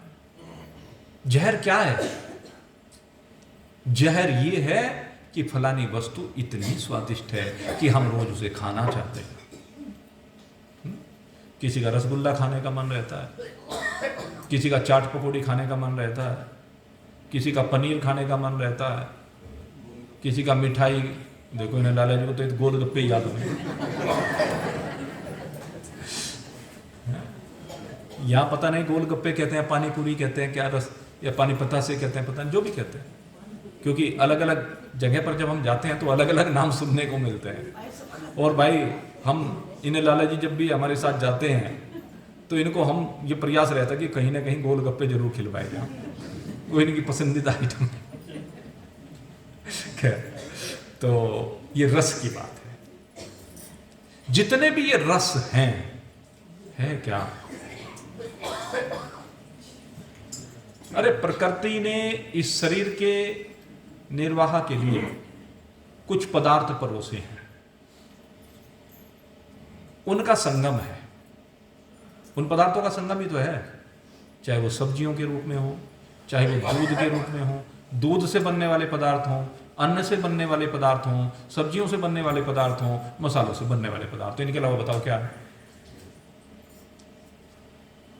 अग्नि पे गर्म किया जाता है, पानी मिलाया जाता है, इन पदार्थों में यही सब चीज तो है, इसके अलावा और क्या है? लेकिन हम इस जिह्वा के अधीन होकर के इन रसों का रसास्वादन करने के लिए लालायित रहते हैं और कभी तृप्त नहीं होते। मेरे मित्रों, जल का शोधन यही है कि आपकी रस में से आसक्ति हट जाए। ऐसे गंध में से आसक्ति हट गई तो पृथ्वी में से आसक्ति हट गई। तो ये गोपियां इन पांचों भूतों को पवित्र करती है। भगवान इसमें माध्यम बनते हैं, गुरु इसमें माध्यम बनते हैं। गुरु आपको पांचों भूतों के विकारों की सीमा से बाहर लेकर आते हैं। जब आप पांचों भूतों के विकारों की सीमा से बाहर निकल करके आते हैं तो इन पांचों भूतों पर आप विजय प्राप्त कर लेते हैं। ये पांचों भूतों की सिद्धियां कहलाती हैं। सिद्धि ये है मेरे मित्रों, वो नौटंकी करना सिद्धि नहीं है, वो खेल करना सिद्धि नहीं है। मान लीजिए कोई व्यक्ति है, उसके पास प्रारब्धवश उसकी मेहनत से उसके पास धन आने लगे, तो धन प्रदर्शन की वस्तु है क्या? धन प्रदर्शन की वस्तु नहीं है, धन उपयोग की वस्तु है। धन का सदुपयोग करें। धन भगवान ने इसीलिए दिया है कि आप उसका सदुपयोग करें, और उसको दिया है जो उसका सदुपयोग कर सकता है। सबको बराबर धन नहीं दिया भगवान ने। भगवान देखते हैं कि ये पात्र है और मुझे इससे ऐसी ऐसी सेवा लेनी है, इसलिए उसको धन दिया कि वो इस धन के माध्यम से सेवा करे, किसी का गला नहीं काटे। हमें जो भी धन भगवान दे रहे हैं वो गला काटने के लिए नहीं है, किसी को धोखा देने के लिए नहीं है कि धन की वृद्धि के लिए हम दूसरे को धोखा दें, अनुचित ले, नहीं। उचित शास्त्रोक्त, अगर शास्त्रोक्त नियम से आप आगे बढ़ रहे हैं तो मेरे मित्रों वो धन आपका शुद्ध होता है। धन का शुद्धिकरण बहुत आवश्यक है, और धन का जो शुद्धिकरण होता है मेरे मित्रों, धन का शुद्धिकरण केवल दान से होता है। धन की शास्त्रों में 3 गति कही गई हैं। कहते धन की एक गति तो है भोग। भोग से तात्पर्य जो धन आपके पास आ रहा है उसे अपने सुख के लिए इस्तेमाल करना, यह भोग कहलाता है। और एक होता है विनाश। विनाश से तात्पर्य क्या है? कहने लगे ना खाते हैं ना खाने देते हैं। कुछ ऐसे ऐसे कंजूस मक्खी चूस होते हैं, बहुत हैं ऐसे कंजूस मक्खी चूस इस संसार में। यह कहावत है कंजूस मक्खी चूस, कि अगर यदि दूध में मक्खी गिर जाए तो उस मक्खी को चूस करके फेंक देते हैं, इसमें जो दूध लगा रह गया वो खराब ना हो जाए, उसकी भी कीमत है, इसे कहते हैं। तो धन का जो शोधन है वो किस प्रकार से होगा? या तो विनाश या भोग, इनसे शोधन नहीं हो रहा है। न अपने आप खाते हैं न बच्चों को कुछ करने देते हैं, आखिर वो धन कहीं दबा हुआ रह जाता है, गड़ा रह जाता है, विनाश को प्राप्त हो जाता है। तीसरी गति है धन की, और धन की जो सबसे श्रेष्ठ गति है वो दान। धन का जो उपयोग है वो दान है। हमारा शास्त्र कहता है कि हमें अपना चतुर्थांश दान करना चाहिए। जो हमारी आय होती है उसका चतुर्थांश हमें दान में लगाना चाहिए, और 75% में से 25% चतुर्थांश वृद्धि के लिए रखना चाहिए। 25% को खर्च करना चाहिए, और 25% हारी, बीमारी, विवाह, शादी इत्यादि जो अन्य कार्य व्यक्ति की जिम्मेदारियां हैं, विभिन्न दायित्व हैं, वो उसके लिए रखने चाहिए। ये धन का चार जगह पर विभाजन किया है। तो ये 25% है, इसका उपयोग हम नहीं करते हैं। अगर इसका उपयोग करने लगे तो शुद्धिकरण हो जाएगा, लेकिन हम यही नहीं करते। जब भी कहीं भी कोई भी धर्म का कार्य हो रहा हो, हमें आगे बढ़कर के सहयोग करना चाहिए। धर्म के कार्य में हमें अपना 25% धन लगाना चाहिए। जब भी कोई धार्मिक कार्य हमें सहयोग करना चाहिए। हमारे पिताश्री वो कपड़े का काम किया करते थे, और आपको एक बार की सत्य घटना बता रहा हूं मैं अपने पिताजी के जीवन की। अंग्रेजी जमाने की बात है। अंग्रेजी जमाने में हमारे पिताजी के पास 84 गांवों का कोटा हुआ करता था। उस समय खद्दर चला करती थी, आपको बताएं। और खद्दर जो आती थी वो 16 गजे थान आया करते थे, जो पुराने लोग हैं वो जानते होंगे। और वो राशन में मिला करता था कपड़ा। अब जैसे अब तो बाजार में जाओ कितना भी कपड़ा ले, उस समय नहीं मिलता था, नसीब नहीं होता था, कपड़ा बहुत ब्लैक होता था। और वो मुजफ्फरनगर हमारा जिला हुआ करता था। गांव में हमारे पिताजी रहा करते थे, 84 गांव। आप 84 गांव देख लीजिए, 84 गांव में केवल एक हमारे पिताजी कपड़े का काम किया करते थे। वो 84 गांव का कोटा हमें मिला था। तो जो 84 गांव का कोटा सबके लिए वस्त्र, हमारे पिताजी ने एक सहायक रख लिया। भाई काम ज्यादा था तो साथ में एक सहायक रख लिया, एक रिश्तेदार को तो नहीं बताऊंगा मैं कौन। तो वो जो रिश्तेदार था उसको सहायक के रूप में रखा, उसका बेचारे का कुछ काम नहीं चल रहा था, चलो भाई इसका भी रोटी का प्रबंध हो जाएगा, इसलिए हमारे पिताजी ने उसको साथ में रख लिया। और जब हमारे पिताजी ने उसको रखा तो उसने एक बार क्या किया कि जो कलेक्टर ऑफिस से पास होकर के वो कपड़ा आता था, वो 16 गज धान आया करते थे, एक बार में गांठें आई, और जो गांठें आई और गांठें जब वो हमारे पिताजी अब वो बांटने लगे कपड़ा। अब जब वो कपड़ा बांट रहे थे तो उन्हें लगा कि भाई कपड़ा 16 गज के बजाय कुछ बढ़ रहा है। अब उनके दिमाग में बात बैठ गई। तो भाई एक आध बार में तो पता नहीं चलता, सोचते हैं कि भाई मन का वहम होगा एक आध थान में, लेकिन जब देखें कि ये तो भाई ऐसा कि बार बार ऐसा ही लग रहा है कि बढ़ रहा है, तो उन्होंने क्या काम किया, दुकान को बंद किया और दुकान को बंद करके पहले कहने लगे मैं तो चेक करूंगा। तो जो वो हमारे रिश्तेदार थे उन्होंने कहा क्या बात, कहने भाई मुझे ऐसा लग रहा कपड़ा बढ़ के आ रहा, 16 गज के बजाय ज्यादा है कपड़ा। कहले तब आप दुकान क्यों बंद करते हो, इसको बेचो। कहले मैं बता दूंगा, मैं समझा दूंगा, कोई बात नहीं। कहले मैं क्या समझाना चाह रहे ये बता। कहने लगे जी मेरी बात हो रही। कहले क्या बात हो रही। कहले वो कलेक्टर साहब से बात हो रही। कहले 16 की बजाय 18 गज है, 1 गज हमारा 1 गज उनका। कहने लगे तेरी ऐसी की तैसी, मैंने तुझे इसलिए रखा था, मैंने तेरे को इसलिए रखा था क्या कि 16 गज के बजाय 18 गज, मुझे पाप की कमाई नहीं चाहिए। मेरे पिताजी ने कहा मुझे पाप की कमाई नहीं चाहिए। तुरंत कलेक्ट्रेट में उन्होंने जो है संपर्क किया, काम को वहीं पर बंद किया और जाकर के कलेक्टर साहब को सीधे सीधे बता दिया कि ये मेरे कर्मचारी ने और आपके कर्मचारी ने ये गड़बड़ कर दी। अब की बार जो माल आया, अब आप चाहे जो उचित समझो वो निर्णय लो।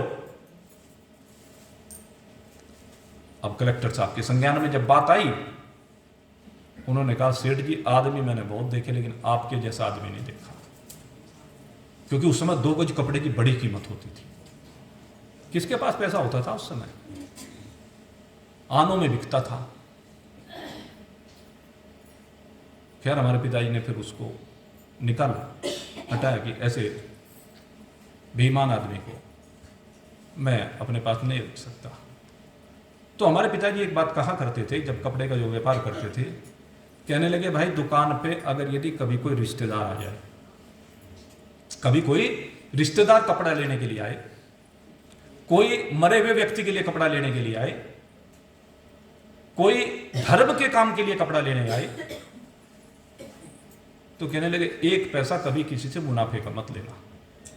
मैंने जीवन में कभी इनसे मुनाफे का 1 पैसा नहीं लिया। और जो स्वीपर होते हैं, एक चीज और उन्होंने स्वीपर के लिए विशेष रूप से, हमारे यहां शब्द दूसरा इस्तेमाल किया जाता, अब तो स्वीपर ही कहना ठीक है, कहने लगे उन लोगों से कभी 1 रुपए का मुनाफा मत लेना। इस बात को उन्होंने जीवन में अपने समाहित करके रखा, कभी उनसे कोई 1 रुपए का मुनाफा नहीं लिया हमारे पिताजी ने। कोई भी धार्मिक कार्य हुआ, उस धार्मिक कार्य में हमेशा बिल्कुल निरीक्षण भाव से, जो खर्चा भी लगता था, किराया भी लगता था, ट्रांसपोर्टेशन लगती थी, वो भी नहीं लिया कभी। इसलिए मेरा भी तो सहयोग होना चाहिए। जो व्यक्ति कोई धर्म का कार्य कर रहा है तो धर्म के कार्य में मेरा भी सहयोग होना चाहिए। कहने लगे सीधे सीधे नहीं, क्योंकि धर्म के कार्य रोज होते हैं, रोज लोग कपड़ा लेके जाते हैं, तो रोज तो किया नहीं जा सकता, लेकिन अप्रत्यक्ष रूप से तो मेरा सहयोग हो सकता। मैं कम से कम इतना तो कर सकता हूं कि मैं मुनाफा ना लूं, ये तो मेरा सहयोग हो सकता है। भाई नुकसान नहीं, नफा नहीं तो नुकसान भी नहीं है, इससे क्या फर्क पड़ता है, मैं समझ लूंगा इतना कपड़ा मैंने नहीं बेचा। तो भावना की बात है। तो धन का पवित्रीकरण आप करें और अपने चतुर्थांश को अवश्य दान करें। और कहां करें? जहां भी आपको अच्छा लगे, दान जरूर करना चाहिए। अगर यदि आपको जहां भी अच्छा लगता है वहीं पर दान कर देना चाहिए।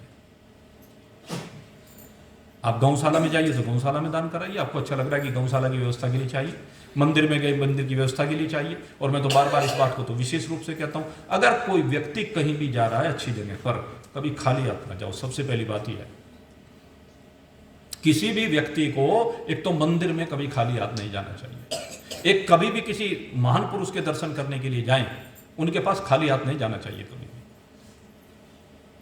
ये नियम है। किसी बड़े अफसर के पास जाओ तो कभी खाली हाथ नहीं जाना चाहिए। अपने से सम्मानित व्यक्तियों के पास जब हम जाते हैं, रिश्तेदारी में जाएं, तो खाली हाथ नहीं जाना चाहिए। पहले अगर कोई बेटी के यहाँ, बहन के यहाँ जाया करते थे, क्या मजाल कोई खाली हाथ चला जाए? अरे अपनी बेटी तो अपनी बेटी थी। अगर यदि मोहल्ले पड़ोस की भी कोई बेटी वहां पर ब्याही हुई थी ना, अगर यदि हम जा रहे हैं तो हमने अपने पिताजी को देखा, अपने ताऊ जी को देखा, वो मोहल्ले पड़ोस की चाहे किसी भी जाति की कोई भी अपने गांव की लड़की थी, उसको मिलाई जरूर दे के आया करते थे।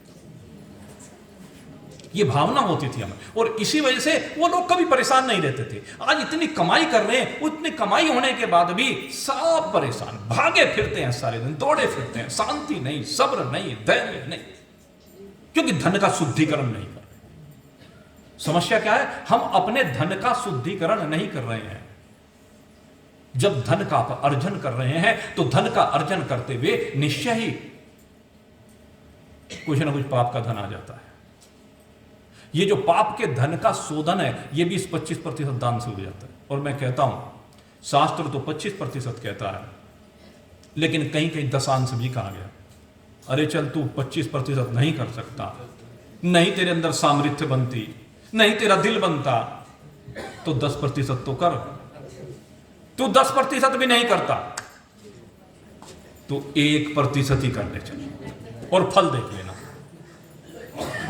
विश्वास करो, ये ब्याज मैं तो लेता नहीं, आपको पता है कि मैं जो आपको ये कह रहा हूं कि अब क्या होता है कि कथावाचक जो है वो अपने पैसे इकट्ठे करने के लिए दान की महिमा बताते रहते हैं कि उनको तो ये है कि भाई पैसा इकट्ठा करना है, उनको तो अपने आश्रम बनाने हैं, जो भी कुछ करना है। अब आपको पता है, मैं तो 1 रुपया लेता नहीं हूं, मैं तो अपना किराया खर्च करके आता हूं। मैंने किसी से, मेरी जेब से चाहे जितना खर्च हो जाओ, मुझे कोई चिंता नहीं। होता भी, कथाओं में भी होता, सब जगह कितना भी खर्च हो जाए, मुझे उस बात की कोई चिंता नहीं, इसलिए मैं कभी चिंता नहीं करता हूं इस बात की। लेकिन जब मैं दान की बात करता हूं तो अपने लिए तो नहीं कर रहा हूं। मैं किसी को कथा में आज तक कहा क्या जिंदगी में? भगवान की कृपा से 6-7 मंदिरों का निर्माण हो चुका, सत्संग घरों का निर्माण हो चुका। आज तक कोई एक बंदा मुझे ये नहीं कह सकता कि अरविंद ने किसी से 1 रुपए का सवाल किया है। मैंने सदा अपने कंधे पर रख करके बंदूक चलाना सीखा है। जितनी सामर्थ्य है, अगर मेरी सामर्थ्य अकेले की करने की है तो अब मैं उस बीड़े को उठाता हूं। मैंने मंदिर के जितने भी बीड़े उठाए, अपने कंधों पर बंदूक रख करके उठाए कि हां, अगर मेरी सामर्थ्य है, सब कुछ मैं, अगर यदि कहीं से कुछ भी नहीं मिला, मैं कर सकता हूं, तब मैं आगे बढ़ाऊं। अब मैं मांगू क्यों? किसके लिए मांगू? भगवान ने इतना सब कुछ दिया है। ये तो मेरा शौक है, आपको पता है, नहीं तो 1 मिनट की फुर्सत मुझे भी नहीं है। मैं तो जन कल्याण के लिए लगा रहता हूं, नहीं तो फुर्सत है क्या मुझे 1 मिनट भी? आप देखते हैं सारे दिन 1 मिनट भी लेकिन लगा रहता हूं। किसके लिए लगाऊं? भगवान ने मुझे दायित्व सौंपा है, भगवान ने जो विद्या सौंपी है, इस विद्या का अगर यदि मैंने दुरुपयोग किया, और दुरुपयोग किस रूप में है कि विद्या को प्राप्त करने के बाद इस विद्या का अगर मैंने दान नहीं किया तो मैंने भगवान के साथ धोखा किया। इसलिए मैं इस काम को करता हूं। मुझे भगवान के साथ धोखा नहीं करना है, मुझे अपने गुरु के साथ धोखा नहीं करना है। और मैंने संकल्प लिया है इसीलिए कि कथा तो करूंगा, लेकिन जीवन में 1 रुपया दक्षिणा नहीं लूंगा। जब सबसे पहली कथा सुक्रताल में, सुखतीर्थ में मैंने की थी, स्वामी ओमानंद जी महाराज, स्वामी कल्याण देव जी के शिष्य, वहीं पर आप सब जानते हैं, आप सबके सामने संकल्प किया था कि कभी 1 रुपया में दक्षिणा का नहीं लूंगा। और न तब से लिया। बहुत से लोग मुझे प्रलोभन देते हैं बड़े बड़े सेठ आते हैं, आकर के मुझे प्रलोभन देना चाहते हैं। क्या देगा तू मुझे दे क्या सकता है? अरे मुझे भगवान दे रहा है, और भगवान तुम्हारे लिए दे रहा है, मुझे अपने लिए नहीं चाहिए। आप सब जानते हैं ना, मुझे खाने का शौक है ना पहनने का शौक है। आपने देखा कभी मुझे कभी भड़कीले वस्त्र पहने देखा? कभी बहुत कीमती वस्त्र पहने देखा? कभी कोई मुझे बहुत महंगी चीजें खाते हुए देखा? कभी बाजार में देखा? नहीं। ये जो मैं अपनी चर्चा कर रहा हूं, आप ये ना समझना, ये मैं केवल आपको प्रेरित करने के लिए कर रहा हूं, आपकी भावनाओं को सही करने के लिए कर रहा हूं, क्योंकि मेरा आचरण आपके लिए प्रमाण है। मेरा आचरण आपके लिए हमेशा प्रमाण के रूप में रहेगा, आने वाली पीढ़ियों के लिए भी रहना चाहिए, क्योंकि भगवान ने यही परंपरा बनाई है कि महान पुरुषों का आचरण आगे प्रेरणास्पद हो।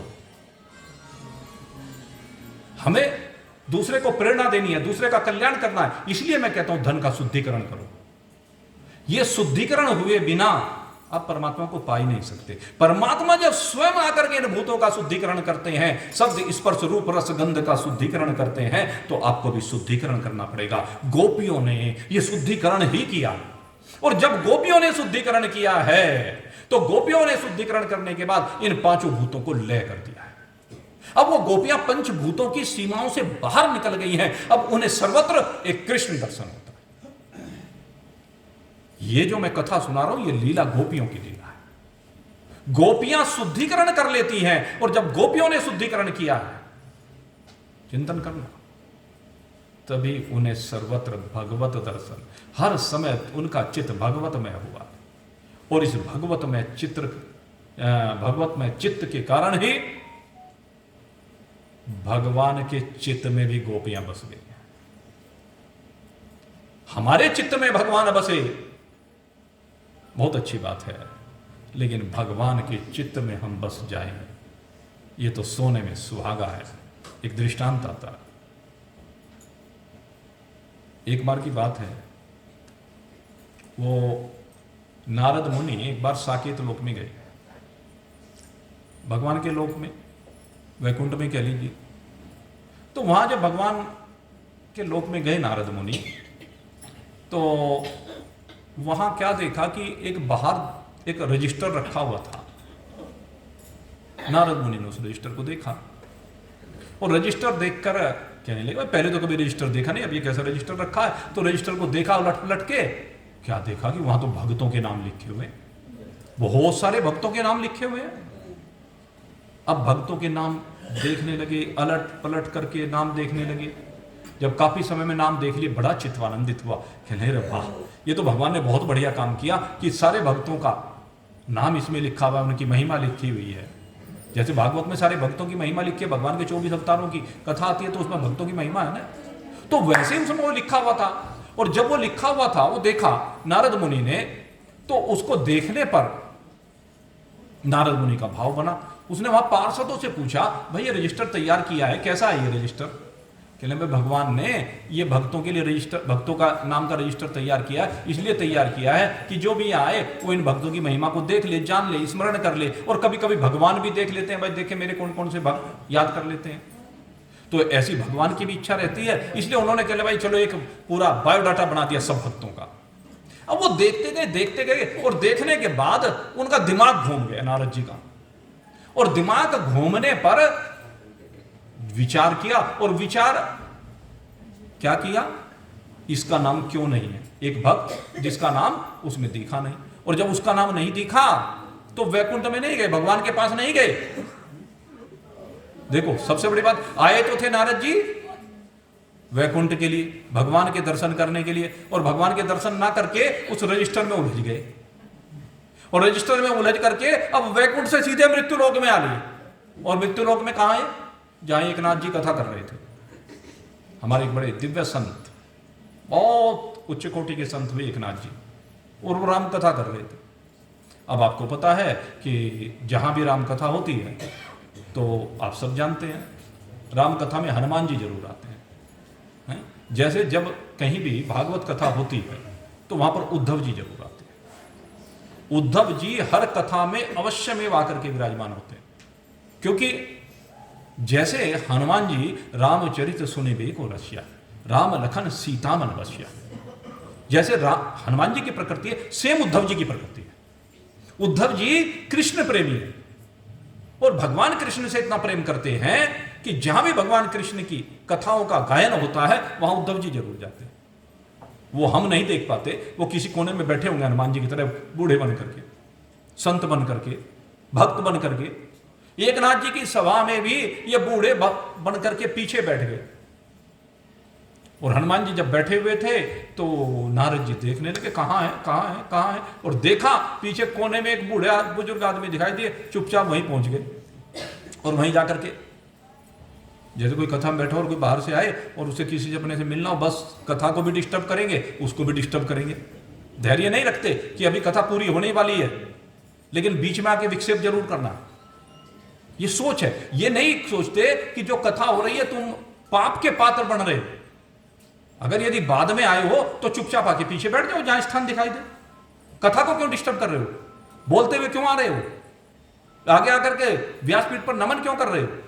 ये मर्यादा नहीं है कथाओं की। ये आराम से चुपचाप आकर के पीछे बैठना चाहिए। लेकिन नारद जी भी आप ही की तरह के थे, जैसे आप करते हैं ऐसे वो भी करते हैं। उनसे भी रहा नहीं गया, धैर्य नहीं रखा गया, शांति नहीं है, चंचल मन है। और जाकर के हनुमान जी को उंगली लगानी शुरू कर दी। हनुमान जी उठो। अब हनुमान जी नारद जी चुप बैठ, मैं तो बैठा, तू भी बैठ। अरे इतनी बढ़िया कथा हो रही है, एकनाथ जी इतनी बढ़िया कथा, तू मुझे उठा रहा है कथा में से? बैठ, सारे दिन भगवान का तू भी तो गुनाहनवाद करता है, बैठिए। अब खैर हनुमान जी तो उठे नहीं। अब कथा का एक समय होता था, कथा के बाद अब हनुमान जी कहने अच्छा बता क्या बात है? बताऊंगा, चल मेरे साथ। अब नारद जी हनुमान जी को उंगली पकड़ते और दौड़े हुए गए वैकुंठ में। और वैकुंठ में जाकर के बाहर कहने लगे देखिए रजिस्टर। कहले क्या है? कहले भगतों के चरित्र लिखे हैं। कहले भाई तो बड़ा बढ़िया काम किया तुमने। अब हनुमान जी भी पलट पलट के देखने लगे और सबके जैसे जैसे नाम सामने आते चले गए। सनकादिक ऋषि से प्रारंभ किया और सनकादिक ऋषि से प्रारंभ करते करते एक एक करके आज तक जितने भगवान के भक्त हुए थे, एकनाथ जी तक यानी कलयुग तक, सब भक्तों के नाम है। भगवान शंकराचार्य का नाम भी वहां पर था। है? हमारे नामदेव जी, जनाबाई वगैरह वगैरह जो भी हैं, जो अच्छे अच्छे संत हुए, सबके नाम उसमें थे। अब उनके नाम देखे, अब बड़े हर्षित हुए हनुमान जी। कहना वाह भगवान, ये तो काम बहुत बढ़िया किया है। अब तो मैं वैकुंठ में यदा कदा आता रहा करूंगा और इन भक्तों को याद करता रहूंगा। कह रहे ये बात तो ठीक है, इसमें भक्तों के नाम लिखे हुए, लेकिन एक नाम भगवान भूल गए। कह रहे भगवान नहीं भूल सकते। भूल हमसे तो हो सकती है, भगवान से भूल नहीं हो सकती। कह रहे नहीं, भूल गए। कह रहे किसे भूल गए? कहने लगे ये जितने भी भक्तों के नाम लिखे हैं ये सारे भगवान को चाहने वाले भक्त हुए, भगवान से चाहने वाले हुए, भगवान को चाहने वाले हुए हैं और भगवान से चाहने वाले हुए हैं। इन सब भक्तों ने भगवान को प्रसन्न किया है और कुछ ना कुछ चाहा है बदले में। लेकिन एक भक्त ऐसा हुआ है जिसने भगवान से भी कभी कुछ नहीं चाहा, भगवान से भी कभी कुछ नहीं मांगा। एक भक्त ऐसा है। कहने अच्छी बात है भाई, भगवान से भी क्या मांगना? क्या भगवान को हमारे दिल की बात पता नहीं है? भगवान को हमारी आवश्यकता का पता नहीं है? भगवान तो घटघटवासी है, सब जानते हैं। घटघटवासी अंतर्यामी, वो सब जानते हैं। कहने लगे जानते तो है पर लिखा तो नहीं उसका नाम। कहने लगे कौन है? तू बता दे, पहलिया क्यों बुझा रहा? कहने लगे तू ही है। कहने क्या मतलब? कहने तुम्हारा ही नाम नहीं लिखा है। कहने मेरे नाम का इसमें क्या मतलब है? क्या मतलब है?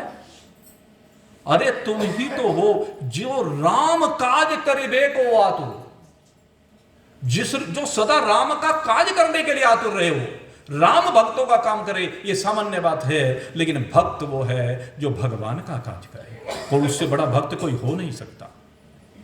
कहले मैंने क्या किया है? कहले तूने क्या नहीं किया है? समुद्र लांग करके सीता माता का पता लगाया है तूने। लक्ष्मण जी जब मूर्छित थे तो संजीवनी ला कर दी, पता नहीं सारे बातें नारद जी ने गिनवा दी, सारी कथा। कहने लगे भाई ये कुछ नहीं, ये मैंने कुछ नहीं किया। ये तो राम के प्रताप से जो भी हुआ है उन्होंने किया, मैं कौन करने वाला हूं, सब राम जी करते हैं। कहले अच्छा चल ऐसा। अब हाथ पकड़ करके अंदर ले गए। अब अंदर जाकर देखा जुगल सरकार विराजमान है, चरणों में प्रणाम किया। अब चरणों में प्रणाम करके अब भगवान के दर्शन किए हनुमान जी ने। बहुत दिनों के बाद वैकुंठ में आए, भगवान के दर्शन किए तो आज तो बस चित्त आह्लादित हो गया। वो तो प्रेम मग्न हो रहे हैं, आंखों से आंसू बह रहे हैं। प्रभु आज बड़ी कृपा की, नारद जी के माध्यम से आज आपके दर्शन हुए हैं प्रभु, बहुत दिन हो गए थे। नारद जी देख रहे हैं बार बार। अब भगवान कह रहे हैं नारद जी क्या बात है, बड़े परेशान से हो रहे हो। कहले हाँ प्रभु परेशानी की बात ही है। कहले क्या है। कहले बाहर रजिस्टर रखा हुआ है। कहले हाँ भाई वो इसलिए बना लिया, इतने भक्त हो गए, मेरा मन करता है कि कभी कभी जब मैं खाली हूं तो उस समय देख लिया करूं, उनके नाम उनको स्मरण कर लिया करूं, ऐसे ऐसे भक्त हुए। कहले वो तो बात प्रभु ठीक है, लेकिन आपसे कुछ भूल हो गई। कहने लगे क्या भूल हो गई। कहले एक भक्त को भूल गए। कहले भाई मेरे को तो लगता नहीं मैं किसी भक्त को आज तक भूला हूं। कहले क्या मतलब। कहले मतलब यही है, मुझे नहीं लगता कि मैंने आज तक किसी भक्त को इसे भूला है और उसका नाम इसमें ना लिखा हो। कौन है, अच्छा चल बता दे। कहले तेरा नाम नहीं है क्या। कहले नहीं नहीं प्रभु मेरा तो शुरू में लिख दिया आपने नाम। क्योंकि नारद जी का अवतरण तो, नारद जी भी भगवान के अवतार माने जाते हैं, 24 अवतारों में से एक अवतार भगवान के नारद जी भी हैं। कहले मेरा नाम तो है प्रभु। फिर कहले याद करो आपके सामने ही है। कहले और कौन है मेरे सामने। कहले ये। कहले तो ये किसने कह दिया कि ये मेरा भक्त है। अब हनुमान जी तो खड़े हो गए। कहले देख मैं तो नारद जी पहले ही कहता था ना, मैं तो तुम्हें पहले ही कहता था। अरे मैं कहीं का भक्त हूं, मैंने किया क्या है। बानर कुल में जन्म लेकर के यूं ही छलांगे मारता फिरता रहा इधर से उधर, मैंने क्या किया है। भगवान कहने लगे नारद तुम्हें किसने कहा कि ये मेरा भक्त है। कहने प्रभु इससे बड़ा भक्त भी आज तक कोई हुआ है।